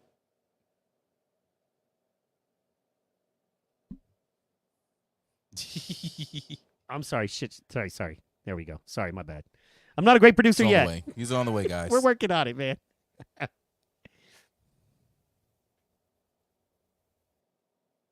Black people really, really hate white people. Okay. So, listen, you can answer that whatever way you want, right? A person watching this, you're like, there's no way in the world there's going to be more. There's probably going to be physically more whites towards black because America is the number. White. It's a 60% white. It's like saying, is there more Middle Easterns than white? No, this is America. It's more whites than there's going to be blacks. But the argument he's making, the way he's saying it, is why America has the problem that he has. He's successful. The best ever clip I ever saw was Don Lemon and Morgan Freeman. If you have it or not, but America needs more today is way. I'll pause it right there. Do you want to go to that? You saw this video already, yeah? Have you been able to watch it? Yeah, I've seen it. Pro? So yeah. Did you see the Morgan Freeman part? I did see the Morgan Freeman. You want to get into that? It's so funny that they harping on that Morgan because it's like it's something that they can harp around and love on. Like, yeah, listen to this. Morgan Freeman says he doesn't want to be called an African American. He wants to be called a Black American. He's never been to Africa. He doesn't want a Black History Month. Do you have a Jewish History Month? No. What month's White History Month? I'm not white. I'm Jewish. Okay, well, when's the Jewish month? We don't have one. Oh, I don't want one either. You know, it's one of those things that they can harp in on and say, oh, look, guys, this black guy says this way. You should be and think like him. Tired of that shit, man. Let's address this real fast. My dog Jonah, I love you to death, but let me help you here as a white man who may or may not have enjoyed the chocolatey fruits of deliciousness a time or two. Let me help you here, bro. Let me just help you here. You ain't getting sisters because of your game, dog. I'm just gonna be honest. You know what I mean? So, yes, white chicks will bang 10 black dudes. Absolutely, there's a lot of reasons for that. But regardless, it depends on the white chick. Actually, hold on, wait a minute. Y'all got okay. I gotta put her out there because she got to be put out there. You got Candace Owens, all right. The white dude had every black dude. Listen, we are happy that ASAP Rocky is putting babies in Rihanna, okay? Because Rihanna was married to. Okay, well, look, that should be my babies, dog. Yeah, that should be my babies in Rihanna. We all feel the same way, but I think he was a billionaire. I think she was married to a white billionaire, right? You got which good for her, Williams. Right, you know, but she left them. They're no longer together. Now she's with ASAP Rocky, you know, and they're doing their thing. You got Serena Williams, who's married to a rich white dude. You got Eve, who's married to a rich white dude. Like, we can run the gamut of sisters that definitely love some milk in their own coffee. You know what I'm saying? They want the white filling in the middle of their caramel nugget, you know? Like, that's just what it is. We have plenty of examples. It's just, as brother said, your game is a little off, and as my other brother said, you have no rhythm. You gotta, look, every flower chooses to be picked on its own way. You know what I mean? You can't pick a tulip like you pick a rose. It's just that simple. So, so let's see what Sean says. Simon from America's Got Talent. Yeah, no. A lot of, nothing wrong with George, it. So. George fucking Lucas. Exactly. Yeah, no, because my wife. I like because Rihanna is my number one. If you know, when you're married, you get one pass, right? Like you get that one person that it's very, very highly unlikely, like 0.001% you would ever get a chance. But if you got that chance, your wife has to like be cool with it, or I have to be cool with it. You know what I'm saying?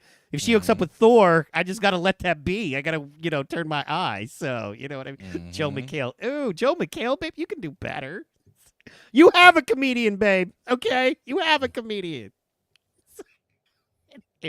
Let's see here. Yeah, Simon from America. Yeah, she liked Rihanna before because she's my number one. I mean, come on, it's Rihanna, yo. My biggest problem with her Super Bowl appearance last year was that she was wearing too many clothes. You know what I mean? It was like, come on, Rihanna. That's not why I watch you. My biggest problem was she came out and said she was pregnant again. I know. Well, you saw it. Yeah, no, but she was still hot. I still would. She was. I try to put it. She's pregnant again. Again. Can I be a baby daddy, Rihanna? Yeah, I mean, if you're down, look, I'll give you some twins. Let's make some mocha babies. Let's make some. Let's go. Let's make some rocks. You know what I'm saying? Let's make some slashes. Let's make some.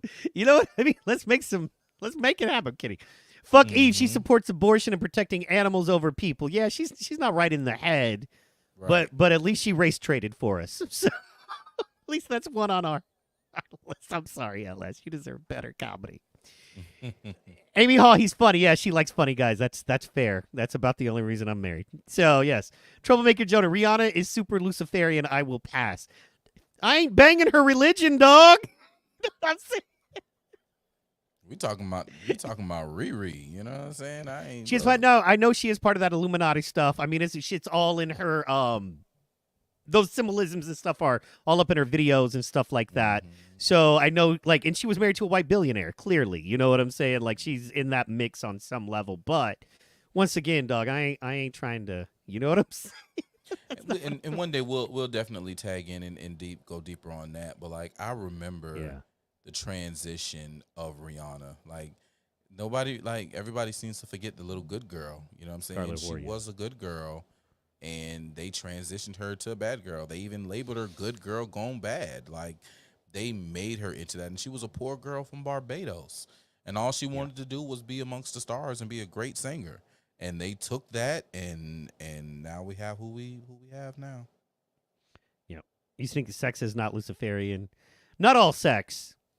And you know what, man? Jesus saves. So, you know, I get forgiven. I mean, look, Jonah, if I have to dip my cup in a well, you know what I mean? So just of all the Jesus had to marry Magdalene, you know. if I'm gonna take an L on the Jesus side, I'm gonna do it for Rihanna. Okay, we just look. I'm just saying, you know. No offense, Jonah. I get it, dog. You know what I mean. Also, we gonna find Jonah's sister. We're gonna find Jonah one of those sisters that likes the weird white boys, you know, that like are all deep and mental, and they have to turn on to them. They're like, I love that. Do your thing. And we're gonna find you a sister, Jonah. You deserve it. See, man, you put a lot of love down in the Hotep Nation, so we're gonna do that. Let me at Scarlett Johansson world. Yes. Agreed. Unless I'm afraid you'd break her. You know what I'm saying? She would That's walk the right point. for a week. That's the point. The point is to break them. MD 2024. MD 2024, yo. We gonna have her voting red all day. You know what I'm saying? Jonah, Umbrella was a super Luciferian video. You should see all the Baphomet. Yeah, there was some. I saw a little breakdown, but I just remember her doing that little ballerina dance with those ballerina shoes, and you'd break her. My man says in half. No diggity, no doubt. Umbrella was a super Luciferian video. You should see all the Baphomet. Yeah, no. But did you see her dancing with those little shoes on? With like, you know what I'm saying? You need a sturdy. That's to Jonah. Jonah, my wife say you need a sturdy woman, dog. Agreed. You know what I'm saying?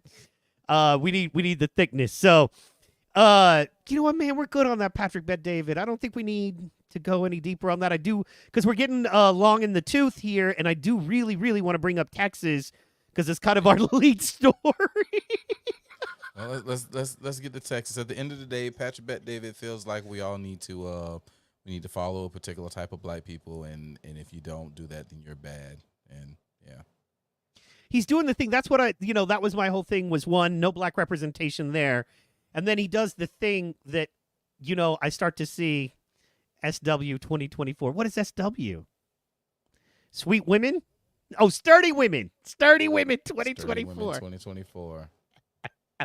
MD with sturdy women. I like it. So you got to put a C in there. Conservative sturdy women 2024. Let's not let them get out of hand. Trouble, that is why the Hotep Nation needs the white trash to point out the Slayer game plan on the black community with music. I agree, Jonah. Yes, you know what I mean? So, yes, absolutely. PBD did roast Roland Martin, but that's what Roland Martin is there for. He's that punching bag. I think when Roland Martin looks in the mirror, he sees Reverend Al Sharpton in his mind. You know what I mean? He's like, I can be that guy. I can be the guy that, is that guy for the left. And he wants to be that so bad that he's beclowned himself trying to be something he's not. That's what I see when I watch him. True story. So, quick thing on Jonah. We appreciate you, being that guy to point out the Slayer game plan in the black music. A lot of us see that, though. We've been screaming that for a while. The only thing is, we don't have the complexion for protection. So come on over and say the words, and, we got you back. All day. Mm-hmm. Yeah, but we're gonna need Jonah in the mix, when everything goes down. I mean, that's my secret, is here's the thing, y'all. People are like, oh, you're this and that, and you work with the brothers and the Hoteps. I'm like, look, when the shit goes down, black people know how to survive, okay? And I would rather they be like, oh, he cool. You and your wife come on over. We know you can do some talking and shit with the white people. So we'll make you, the white communicator for us. But, yeah, I would, look, black people know how to survive. You know what I mean? White people, I mean, we kind of get wiped out. You know what I'm saying? In a So nuclear holocaust, two things will survive: a black man and a cockroach. that's true. In spite of himself, the black man survives. You know what I That's mean? it. Definitely in spite of the government. It's like y'all can't. Thank God. So anyway, let's get here to these news things. We go in Texas here. Now they're talking. Let me see here. I got the news up. I don't want top stories. I want all because they're trying to. There we go. So now they're talking about the Middle East crisis live. Biden on drone attack that killed 3 U.S. troops in Jordan. Oh gosh, darn it! I don't want any of that. I don't want any of that. So, I don't want any more war, especially over that stuff. You know what I'm saying? We don't need it. You know what I mean? So, anyway, Biden promises to shut down border if Congress approves bill. GOP claims it would incentivize illegal aliens. So this is the story I wanted to specifically talk about. Let's see what's my man saying. P.S. That is my reparations plan. White slaves for the sisters, but before they have children and pass on the generational AI trauma. But voluntary participants.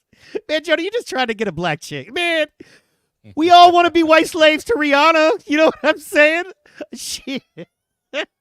Just cleaning her house, laying in her bed. It'd be hard, I know. You know?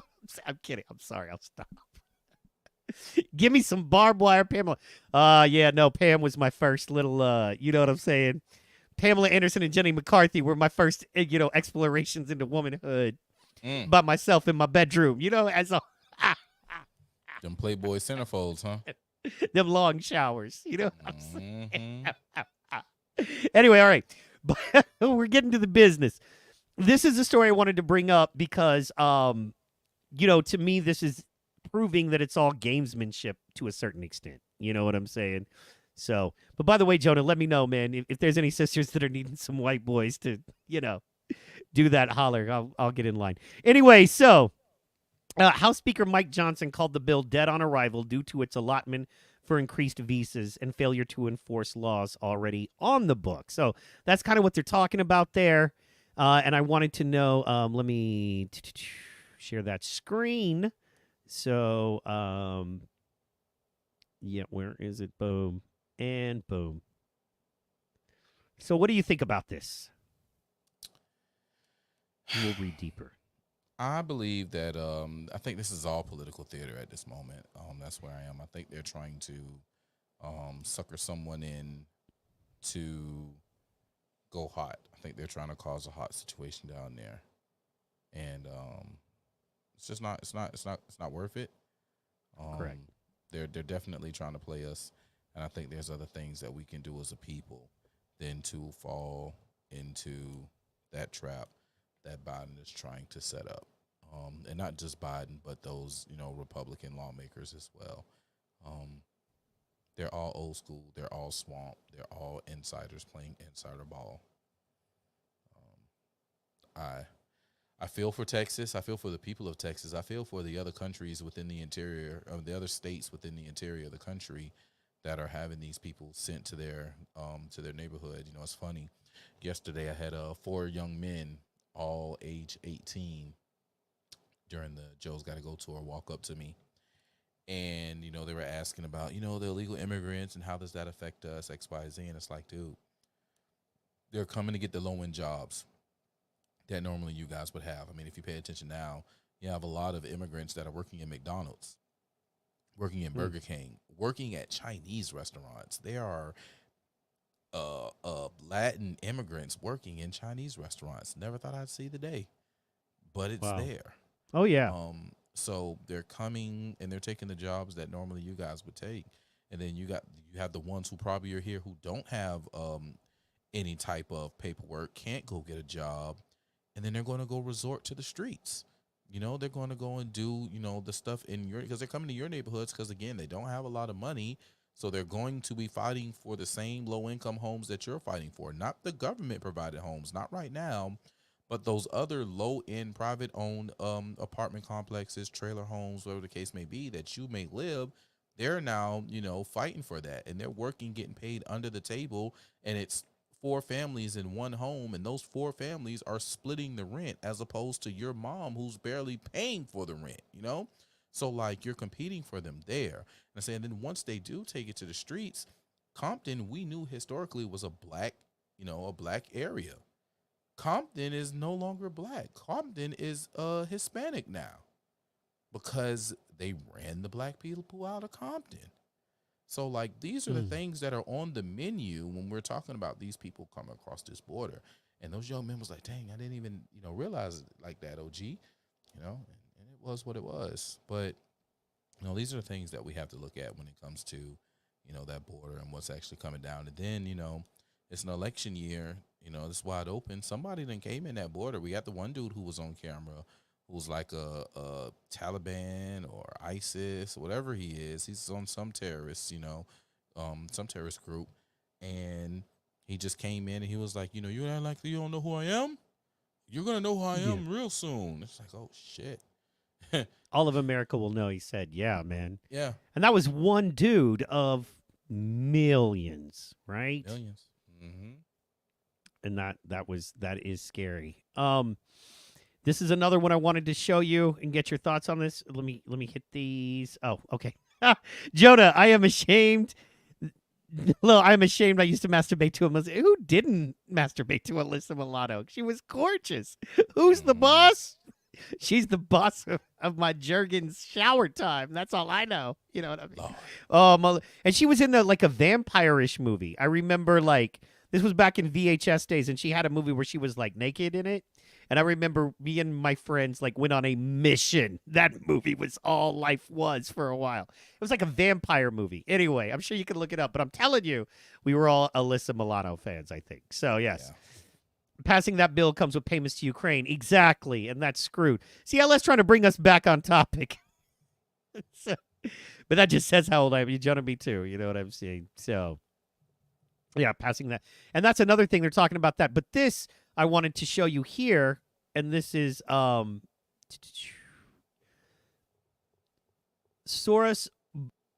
Soros pours millions into Texas in hopes of shifting power to Dems.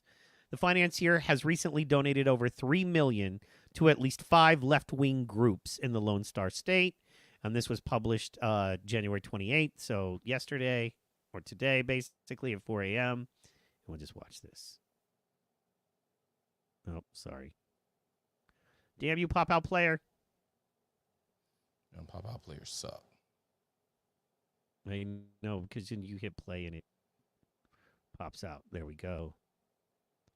Boy, this is not a guy I want to look at for too long. Bro, you better play quicker. You're getting dumped. Sorry. Getting the boot. Get that boot scoop. With them Fox News servers.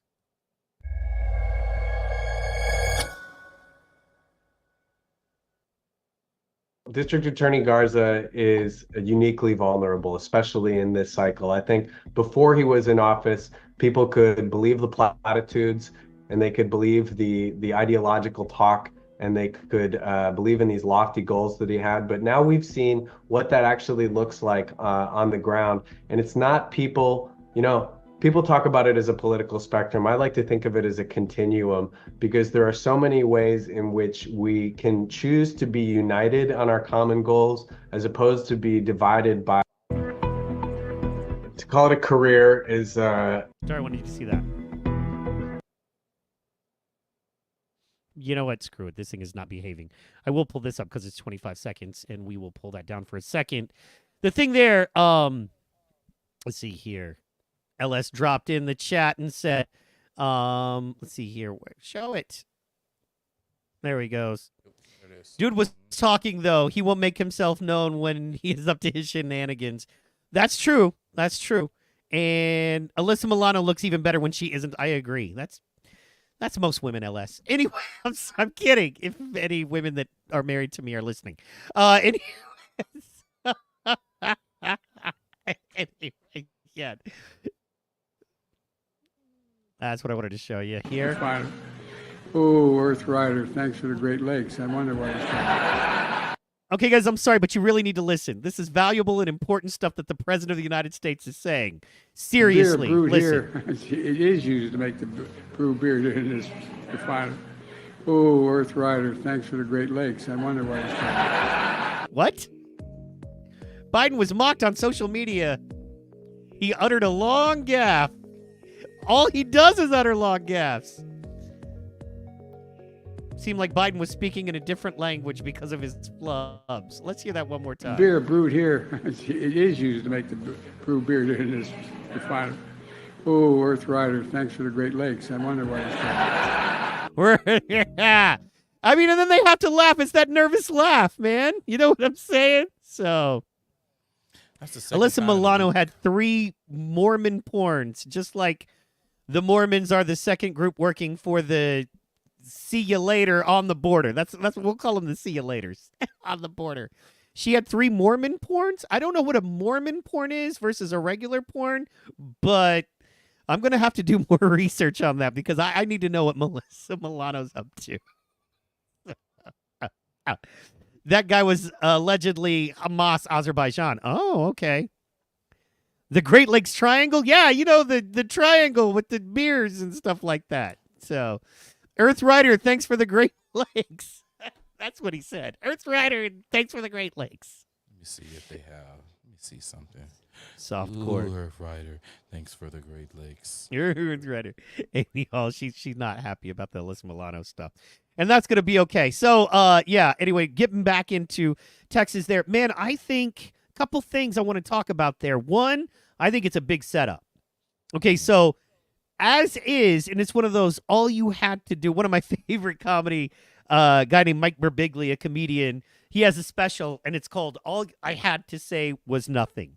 And sometimes all you actually need to say is nothing, right? We're winning, guys. We're winning. You know what I mean? People in the hood are starting to see that, you know, more conservative ways are the way, more conservative values are the way, and quite honestly, right now, Trump is the way. And we're kind of winning. People are sick of the DEI, Disney laying off people. In entertainment, the whole thing isn't working anymore. So we're winning in that way. People are tired of spending $400 on the amount of groceries that they spent $100 on 2 years ago. You know what I mean? Inflation is not keeping up with the pace of salaries. We're winning, right? Let's see here. The Great Lakes Triangle has taken more than the Bermuda Triangle. I bet also it's that weird. I know there's a couple of islands that aren't America or Canada, and I've heard a lot of stuff goes on there. A lot of evil stuff goes on there, which is part of the reason that they paid reparations. If you dig into it, Alex Jones has talked about it. We took a bunch of Canadian children to do experiments in the Great Lakes on those islands that aren't officially America or Canada. So, you know, that's a thing there and a big deal there. So we do got to be careful about that. But anyway, back to the setup. Here's how easy it is to screw us. Okay, so we've got momentum. Everybody knows Trump is the guy. We're rolling right now. And then Texas. Okay, well, look what we can do. And if I'm the Democrats and I want to win and I need to get some, you know, some love, what are we going to do? Well, that's simple. We do this border thing. We know pretty much everybody in America is against an open border, regardless of race, color, creed, religion. So let's start a border fight. Now we're going to caravan. As you know, I didn't pull it up, but there's a whole caravan of patriots going down there, right? They want another J6 is what I believe, right? But now you have legit victims. It's not innocent Congress members that were escorted out. It's poor, sad moms with their children just trying to make a better life and leave horrible situations. So you have that. Then in addition to that, you have the fact that President Biden, hard word to say, 2 of the hardest words I've ever said. President Biden can just pull funds. Over 20 million Texans in some way, shape, or form, whether it be SNAP, Medicare, Medicaid, you know, you have whatever you have it. Over 20 million Texans are dependent upon some federal assistance. Biden says, you don't want to be part of the United States? You want to do your own thing? Cool. Well, we're not paying anymore. Well, then you have implosion. which is a big deal and an issue. So now you have a J6 type of situation with real deal sad brown victims, and then you have people going hungry. You have no SNAP benefits, right? And it's a lot easier to scream at the people right next to you than it is to scream at the people in Washington. Now you have Soros pouring millions of dollars into Texas to turn it blue. So if you add up all of these things, to me, it's a big-ass setup, and we should stay home. And I know that's hard to believe, but yeah, man, that's what I think there is, that it's a setup and that we are winning, and we need to just stay the course, keep doing what we're doing, and it's a lot better than if we actually go down to Texas and try to start some shit. That's my opinion. It's a big setup for us. What is your take on that? I'm all the way there with you. Definitely a big setup for us. I think this is a bigger setup than January 6th was. Yeah. Yep. Because, wait a minute, the federal and the state agencies are getting along? They're not fighting with each other over this? They've specifically gotten opposite orders and everybody's cool and high-fiving? What? We better get those Patriots down there so we have somebody to, blame and lock up with no trial. So, my man Jonas says, first one, that's the Angle Inlet. Minnesota is fun to look. It is completely within Canada. So kids got to cross two borders just to go to school. I've heard of that. Yeah, I've heard of that. Congress controls the purse, so Biden cannot do shit other than cut off what should not be on. But also, you say that, Jonah, but I mean, Congress controls the purse. He wasn't supposed to bomb Yemen without Congress. It's literally illegal. If shit can go sideways, it will these days. I agree with you. Shout out to Fuego. Fuego, what state are you in? I don't know, but if you don't mind sharing, I mean, I know a lot of folks don't want to let us know where they're at because, of the CI shady, but I'm with you there. But I'd love to know where you're at, Fuego, like what state you're in. If Biden withholds funds from Texas, then Texas should not send any money to the federal government. Yeah, we need to shut down Oregon. Oh, you're in that, super red until you get to one little tiny space and then blue area. That's tough there. So I agree with LS on that. Oil, it's real simple. You guys don't get your oil. You know what I mean? So get the hell out. Red Oregon. Believe it or not, Fuego, I have a sister-in-law in Red Oregon, actually. And I have a friend that lives in Vancouver, Oregon that grows some tasty, tasty green. DM me and I'll connect you if that's anything you want to holler at. So I'm sorry, man, hitting those chats. We'll kick back on that because we got to let Pro talk about this. So you believe we're winning and it's a setup. Can you go into that a little bit more? What should we do? You know what I mean? And do you know anything about the other power players that may be involved in this? I think we need to take a page out of Trump's book and stand back and stand by in our respective places. I think that people need to stay home and protect home. I think that's the important thing to do. And protect your families, protect your neighborhoods, continue to build on that. I do think there are bigger power plays. So the Biden administration, in their first knock at this, wanted to bring the UN to America. They just couldn't get them in. They tried to bring it in with black people, with Trayvon Martin and Michael Brown and all the situations that was going on there. But black people just wouldn't bite the bullet. They would not take the bait. But they have them set up. So now when we have this situation with the borders and this international crisis, they're poised to bring in the blue hats again. And I think they're trying to push in a situation to where, you have these 25 states that have stood up with Texas and say, we ain't going down with this. And they're willing to send National Guard members or whoever to help Texas, protect Texas. You're going to have the military. I think you're going to have a lot of military dudes that are going to stand down and say, hey, that's their constitutional right. That's an order that I'm not going to follow. And then the small hats are going to come. I mean, not small hats, but the small hats are going to pull the trigger on the blue hats coming into play, and the blue helmets coming into play.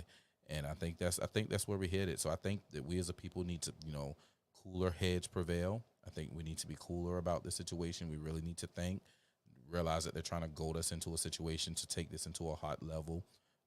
That will also create the negative narrative that they need for an easier win in November. Oh, the crazy Republicans went down there with their AR-15s and started shooting up innocent men and women trying to come across the waters of a river and come through a hole in our fence. Not the door. No, it's not. It's not. Yeah, it's not a thing. It's not a thing. My man. To hit on that, my man says y'all been bombing Yemen since 2014. Now because you use American pilots, it's a bad thing. Man, we've been funding bombing all over the world. We're funding both sides of the Palestinian-Israeli thing right now.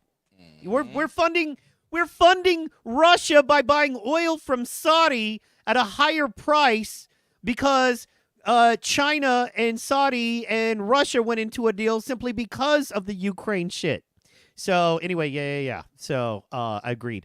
Merrick Garland was a PatCon. Remember, he hid PatCon from the McVeigh trial. Yes, I know a lot about that. Oklahoma, McVeigh was here when it happened. The explosion knocked me out of my bed. I lived about 6 miles away from the Murrah building when that happened. So yeah, and was there 2 weeks beforehand with my auntie. So, and then my man Fuego, on target, as protocol always is. That's what he does. He stays on target. So that is awesome there. And yeah, man, I think we just, because Texas is the conservative California, right? It's the last stronghold, and they're trying to destroy. They know if they get Texas, everything else kind of folds. I think over half of the country, over half of the United States going, no, we stand with Texas, is a loud enough and strong enough signal where we can hopefully at least have a stalemate until we can get Trump in there, or it just kind of goes away. And Texas gets to kind of just take it over because it's a local issue, as everything is, and it gets to go away on that. So, PatCon, Patriot Conspiracy, when the feds went to war with patriots like Weaver, Waco, McVeigh, the Salt Lake derailment, absolutely. I know about Weaver, I know about Waco, I know about McVeigh. Yeah, and that was when the feds went to war with patriots. Exactly. What was in the Murrah building? Look up the documents that they wanted exploded, or that they didn't want coming up. What was in the Twin Towers, right? What about Building 7? What about the third tower that no one ever talks about that oddly wasn't hit by anything and fell? Yeah, man, we could get deep into all of that business.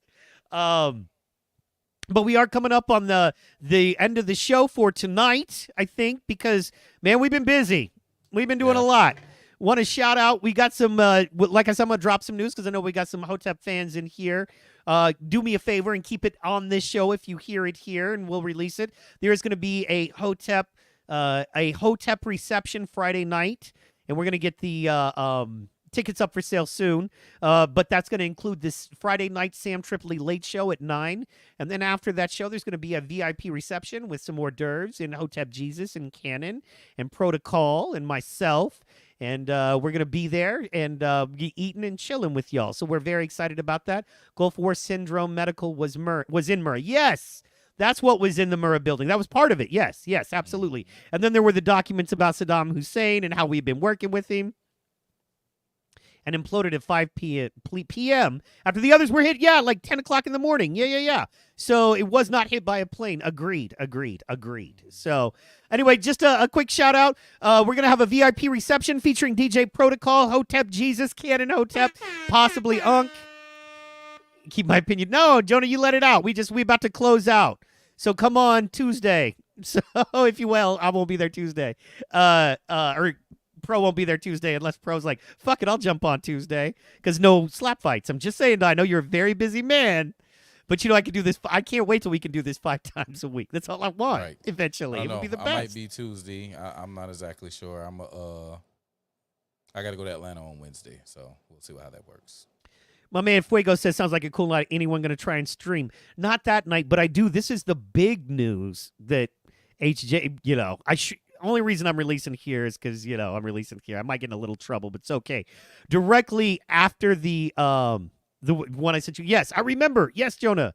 Man, here's the thing. if Pro can come on Tuesday, we'll dedicate it to Jonah's conspiracy theory. PT Pod will go off the rails as the fun little local show, and we'll get into some deep stuff. Why not? Screw it. Sounds like a cool night. Yes. Here's the thing. Directly after the Grifties, and I mean directly, like, thank you, ladies and gentlemen, good night.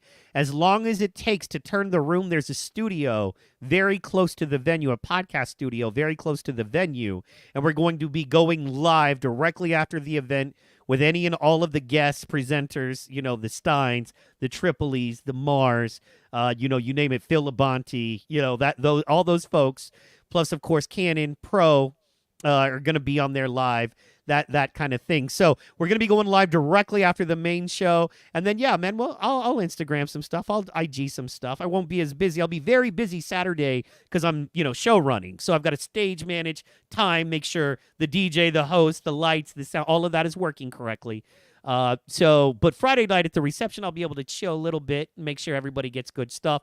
And Fuego, I'll send some, I'll stream just for you, my dog. I'll tag you and we'll stream you and we'll shout out to you. I will make sure that happens. Absolutely, Fuego.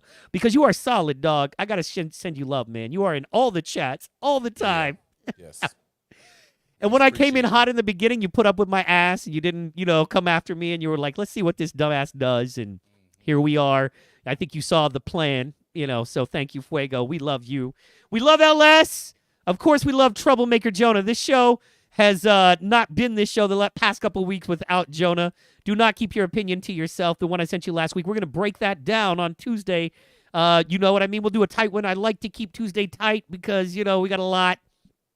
Big personal news. If you ever watch any reality real estate shows like on TLC or the Discovery Channel, a star of that, the racing realtor Gabe, has asked me to produce a show. I spent this weekend building out a studio with him, and I'll be nothing like this whatsoever. It'll be a weekly. We're going to record and then edit, be very professional. But I got a new show I'm producing, so we're excited about that, and stay tuned to find out more info there. Yeah. Thank you, man. Man, God is good, bro. God is good. And look, man, I'm going to tell a little funny here, but all in the beginning, I was trying to think about it, Pro, and I'm glad Sonny Johnson blocked you. Because that was kind of how you reached out. You were like, man, she blocked me. Screw that. Go after, because, you know, that debate. And then I was like, this guy's smart. And then I listened to your show, and now here we are with, you know, spinning more plates than we know what to do with. So, all right. God is good. Talk to me. Tell these people what's good before we call it a night. All right, man. So last thing I'm going to drop on y'all is I'm about to bring this up right here on the screen. Y'all, I have been nominated for quite a few awards here. Oh, I forgot. Shit, yes. It's all right. It's all right, man. This is a good thing to leave on, man. It's a good thing to leave on, man. So connectsavannah.com, connectsavannah.com. I am going to bring this up in just a second whenever my mouse decides that it wants to play fair.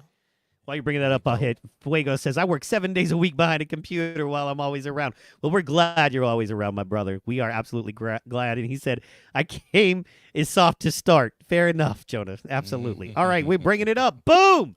All right, y'all. So here it is, man. Connect Savannah, which is a public entertainment publication here in the Savannah area, right? I have been nominated for, I believe, 6 categories for the Best of Savannah 2024, right? So we have 3 days left. This is the nomination period. I've been nominated, so I have to get through the first round of votes. So do me a favor, go on this website and scroll down to there's two areas in particular that I'm in, and that is arts and city life, and that is media. If you go on arts and city life, I am nominated for where is it? Best all around Savannah resident. Right, and there I am, Ben Protocol Adams. So I'm going to go ahead and do that live on air. And click on nominate, and then it goes from there. And then after that one, I am also nominated for, scroll down, Best Public Servant Community Leader. And you're going to scroll down, and there I am as Protocol. Do me a favor, on that page, take that page real fast. This specific one, drop that link in the chat for us. I'll put it in the chat. Cha-cha-cha. Where is it? There is it. Cha-cha-cha. Put it in there. Drop it like that. Hey, cha-cha-cha. All right. So there it is. It's in there. If you Oh yeah. easily, if you just put www or connectsavannah.com, and at the top of the screen it says Best of 2024. Just click on that tab up top, and then it'll bring you to this. So yeah, so I am for best all around Savannah resident and best public servant community leader, right? So those two are in the area of arts and city life. And then when you go and click on media, I am nominated over there in 4 different areas. First area that's on the top is best local website, and recradiosav.com is there. You know, that's my internet radio station. So swing me a like there. And then we also have a couple of other ones. Best local Facebook page. If you don't follow me on Facebook, go ahead and give your boy a follow. It is Pro Reacher Adams. I'm looking at, can't even say my alphabets. There it is. Pro Reacher Adams right there. Go ahead and click on nominate there. And then after that one, we have the best local Twitter account. Everybody knows that my Twitter account is Seaport Pro. And if you didn't know, you know now. Seaport Pro, third one on the list. Go ahead and click nominate. After that one, it is, of course, best local podcast. And what better than Friday Night Flights with Protocol? Go ahead and Gotta get that one on. Everybody, you gotta come on. Because it is the best local podcast. That's why you gotta vote it the best local podcast. Absolutely, man. Please, it'd be much appreciated. And then after the best local podcast, the very last one will be the best local radio station, and that is Rec Radio Savannah. So we're gonna go and we're gonna find the Rec Radio Savannah, which should be up in here. There it is, and click nominate. Boom, and it's just like that. So we have a few days. It'd be much obliged if you guys would do that, you know, over the course of the next 3 days, and get that in. I very much so appreciate it, man. So that is connectsavannah.com. Again, I'll go to their main site right here, connectsavannah.com. You'll just click on Best of Savannah at the top, and then Best of Savannah 2024 will pop up. And then down here, you'll see when you first go on, it should look something like this, right? You have Arts and City Life, and then you'll have Media. So click on Arts and City Life first, and then it'll take you to what I showed you guys just a second ago, like that. And then just scroll down. Boom. And I will share the flyer as well, so you guys can, know what it is that you're voting for. It's on my Twitter page as well, under my media tab. Just go there, click on it, and this flyer is the one that you'll see. All of the categories and names are right there. And that's a beautiful flyer, man. And yeah, drop that again so we can share that. It is fantastic. And one thing, man, such an honor to work with you. Like, you're getting nominated not only for all these categories, but these are important, man. Local resident. You have to be out there and be in people's, projects, parties, which you are all the time. We talked about that. And I don't mean to beat a dead horse here, guys, but seriously, if more people would participate like this, man, all of our lives would be legitimately better. And I mean that. It's cool. I get we complain. We want to complain. People have been complaining about the government since there was one. Fair. And rightly so. But, man, there are so few people who go out and do something about it at the sacrifice of their own money, own time. Like, I'm not going to try to tell too much talk out of class here, my brother, but this man could be making a lot more money. It's that simple. In his life, this man could be bringing in a lot more money with his businesses and what he does and who he deals with. But he's like, no, because you know what? That more money comes.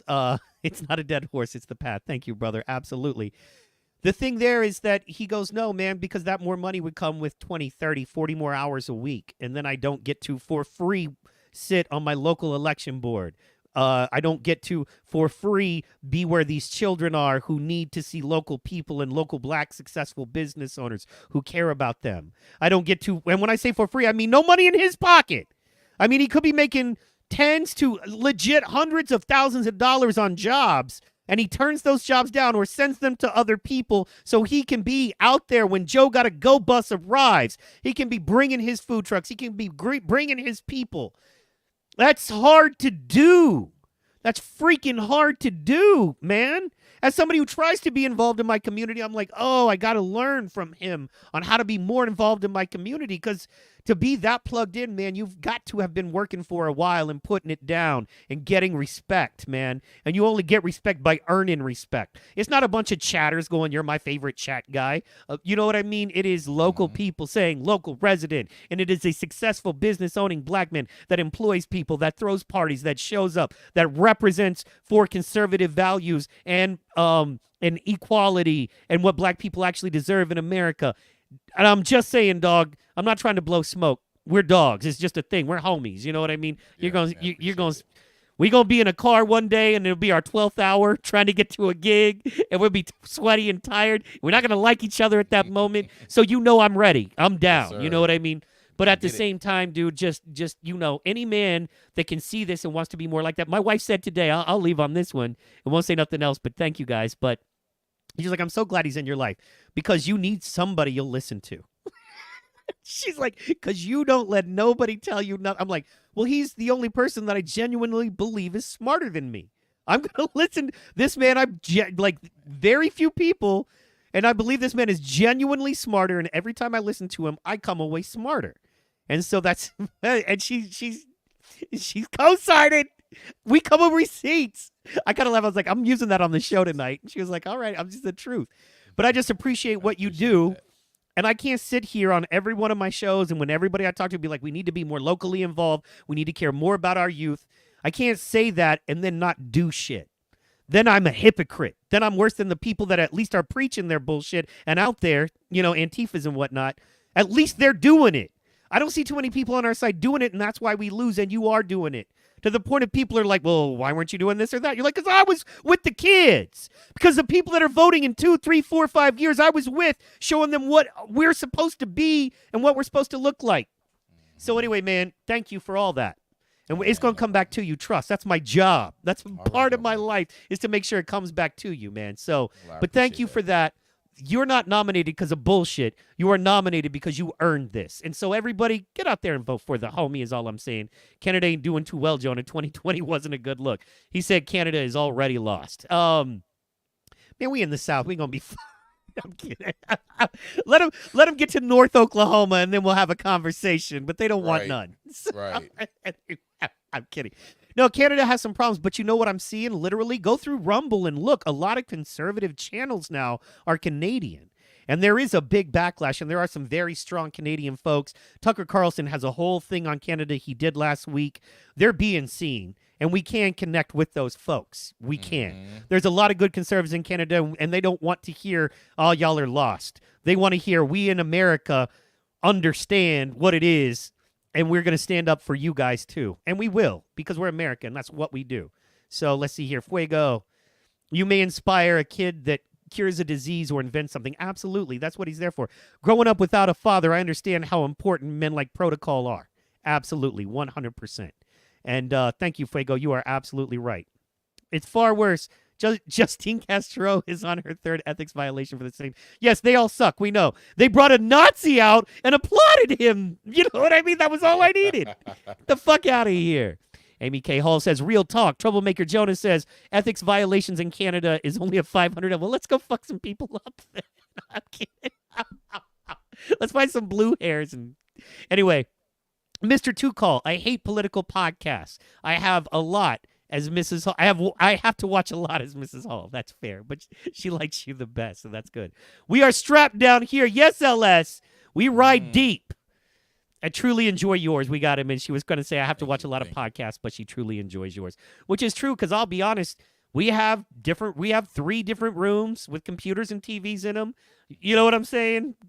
And your show always gets to be on, so that's a good thing. I appreciate that. I'm glad I got a stable home. Well, man, it's Friday night.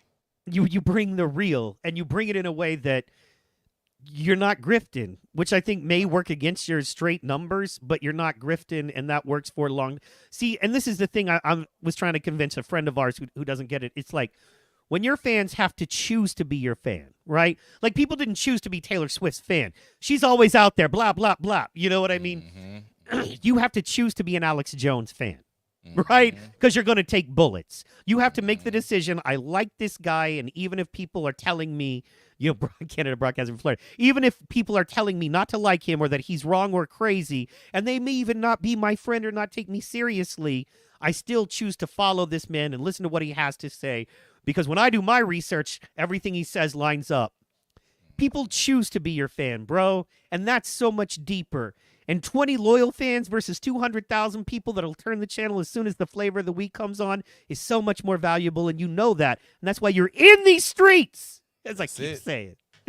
Troublemaker Jonah, Mike, those are all Alberta, but the conservatives are called progressive conservative. I'll take what I can get right now, Joe. You go to war with the army you have, not the army you dream of. Okay. Yep. Unless, the army you have is your dream army. Yeah, well, and then you go to, Florida has a huge Canadian population from October through May. Well, let's go. They're weak. Let's go punch them in the head and take their stuff. I'm kidding. That's old me. You want to fight, Tom? I'm gonna mug you with the hockey stick just to let you know we in the South, son. Is it gonna have the rainbow tape on it? So what do you got coming up this week, man? We got 5 minutes to out. What do you got coming up this week? Okay, so this week is gonna be a tight week. Got a little bit of work. I'm going to Atlanta. We'll be there Wednesday and Thursday for the Savannah Chatham Day, which is a big legislative day in our state house where local business leaders and local officials from the Savannah area go up there and we talk to our local delegation and other members of the Chamber of the House of Representatives and the State Senate about what we are looking for here in Savannah. What do we expect out of Savannah from the State House for them to send to Governor Kemp's desk? So I'll be there. We got an oyster roast Wednesday night, and then we got the big legislative day on Thursday. So I'll be up there advocating for my city on Wednesday and Thursday and enjoying some good old oysters. And then I'll be back down. And then Friday, of course, is the show, Friday Night Flights. And then next Saturday, what's next Saturday? The 3rd? I'm back out of town again. I got a little day trip on Saturday. And You're going to Atlanta soon, yeah? Yeah, Wednesday. Oh, yeah, to do the thing. That's Atlanta. Yeah, you're doing that's that in in Atlanta. Mm-hmm. Rock on, man. So you're going to hook up with LS? LS, you going to buy my man a cup of coffee? Let him buy you a cup of coffee? However y'all work that out? I'm going to try to, man. I got a few people I need to try and see while I'm up there. So we're going to try and link up and see what happens. I know it'll be in and out, but I'll be back up there on the 24th of February. And do us a favor and take notes on what goes down there, because as we know, Georgia is almost an incubator, for lack of a better term. What happens in Georgia rolls out to the rest of the world a lot of times. So, it's very important. LS says faux show. It's very important, that we know what's going down. Getting that news drop that you can only get on Rumble or Friday Night Flights is so valuable. I can't wait, because you're going to drop it on Friday Night Flights, and then I get to be like the number one breakdown guy that gets to ask you these questions in real time. So that's really cool. So yeah, man, I'm really interested and excited for that. Want to thank you guys so much. If we can't put it together Tuesday, I'm always around Tuesday for the PT Pod show. If we can't put it together Tuesday, we're going to do a Jonah deep dive on Tuesday night. We're going to get Jonah. We're going to do a deep dive on what he does. I'm going to check out his show. Couple things he sent us, and Jonah, if you want to hit us with a couple topics, because I know everything you do is a deep dive. So yeah, it is a front for the larger battle, Fuego. You are 100% correct. Atlanta, look, I'm telling you, me and my wife are planning on spending some time there, at least late summer, starting July, August, September, because we're gonna bang those doors, we're gonna wave those signs, we're gonna make that purple state comfortably and conveniently red in every way, shape, or form that we can. So y'all get ready. Y'all get ready. It's going down. Y'all got a tornado white boy coming from Oklahoma. And Jonah, where did they did the test run for the invasion of the cat? Yeah, man, that's interesting. So guys, want to thank you so much. Like I said, possibly Tuesday, if not, definitely Friday night. I'll be on Tuesday live, then definitely Friday Night Flights. Watch with me. I'm always dropping hotness in the chat along with Jonah and everybody else. Definitely tune into the Griff Report, 1 o'clock Central. And that's not any of us, but that's Hotep Jesus. And some of the stuff we broke down, he's going to be breaking down in a prettier and better way. Jonah, thank you so much. That transhumanism one I dropped is mind-blowing. Yes, everything you drop is mind-blowing, brother. We're going to talk about that Tuesday. Shout out to LS. Viva Fry, better watch out. Yes, he better. Troublemaker Jonas, shout out. LS, shout out. Fuego, shout out. Amy, shout out. My man, Slick, good looking picture. Where'd he go? Man, we had a lot of chats tonight, brother. That's a good thing. People are involved. Yes, it Sean, is. shout out to Sean Slaughter. Everybody that dropped in the chat, everybody lurking, everybody judging, everybody mad because they don't have this. It's okay. Just come on in. You can come with us. Water's fine over here. And RIP to the McMahon family's legacy. Oh, no. You can't dirty up that man's legacy anymore. You know what I'm saying? No more than the big toys. Yeah, the Mark Henry just like a spade, I think. You know what I'm saying? It's just those, they go in the brown hole. Jackhammer. Oh, man. All right, y'all. Thank you so much for tuning in. We're going to get out of here 1 minute early. God bless. Be safe. We will see you Tuesday. We will see you Friday. Joe got to go. Joe and the hoe got to go. Get him out of there. Pew, pew, pew, pew. Good night. We love you. Good night.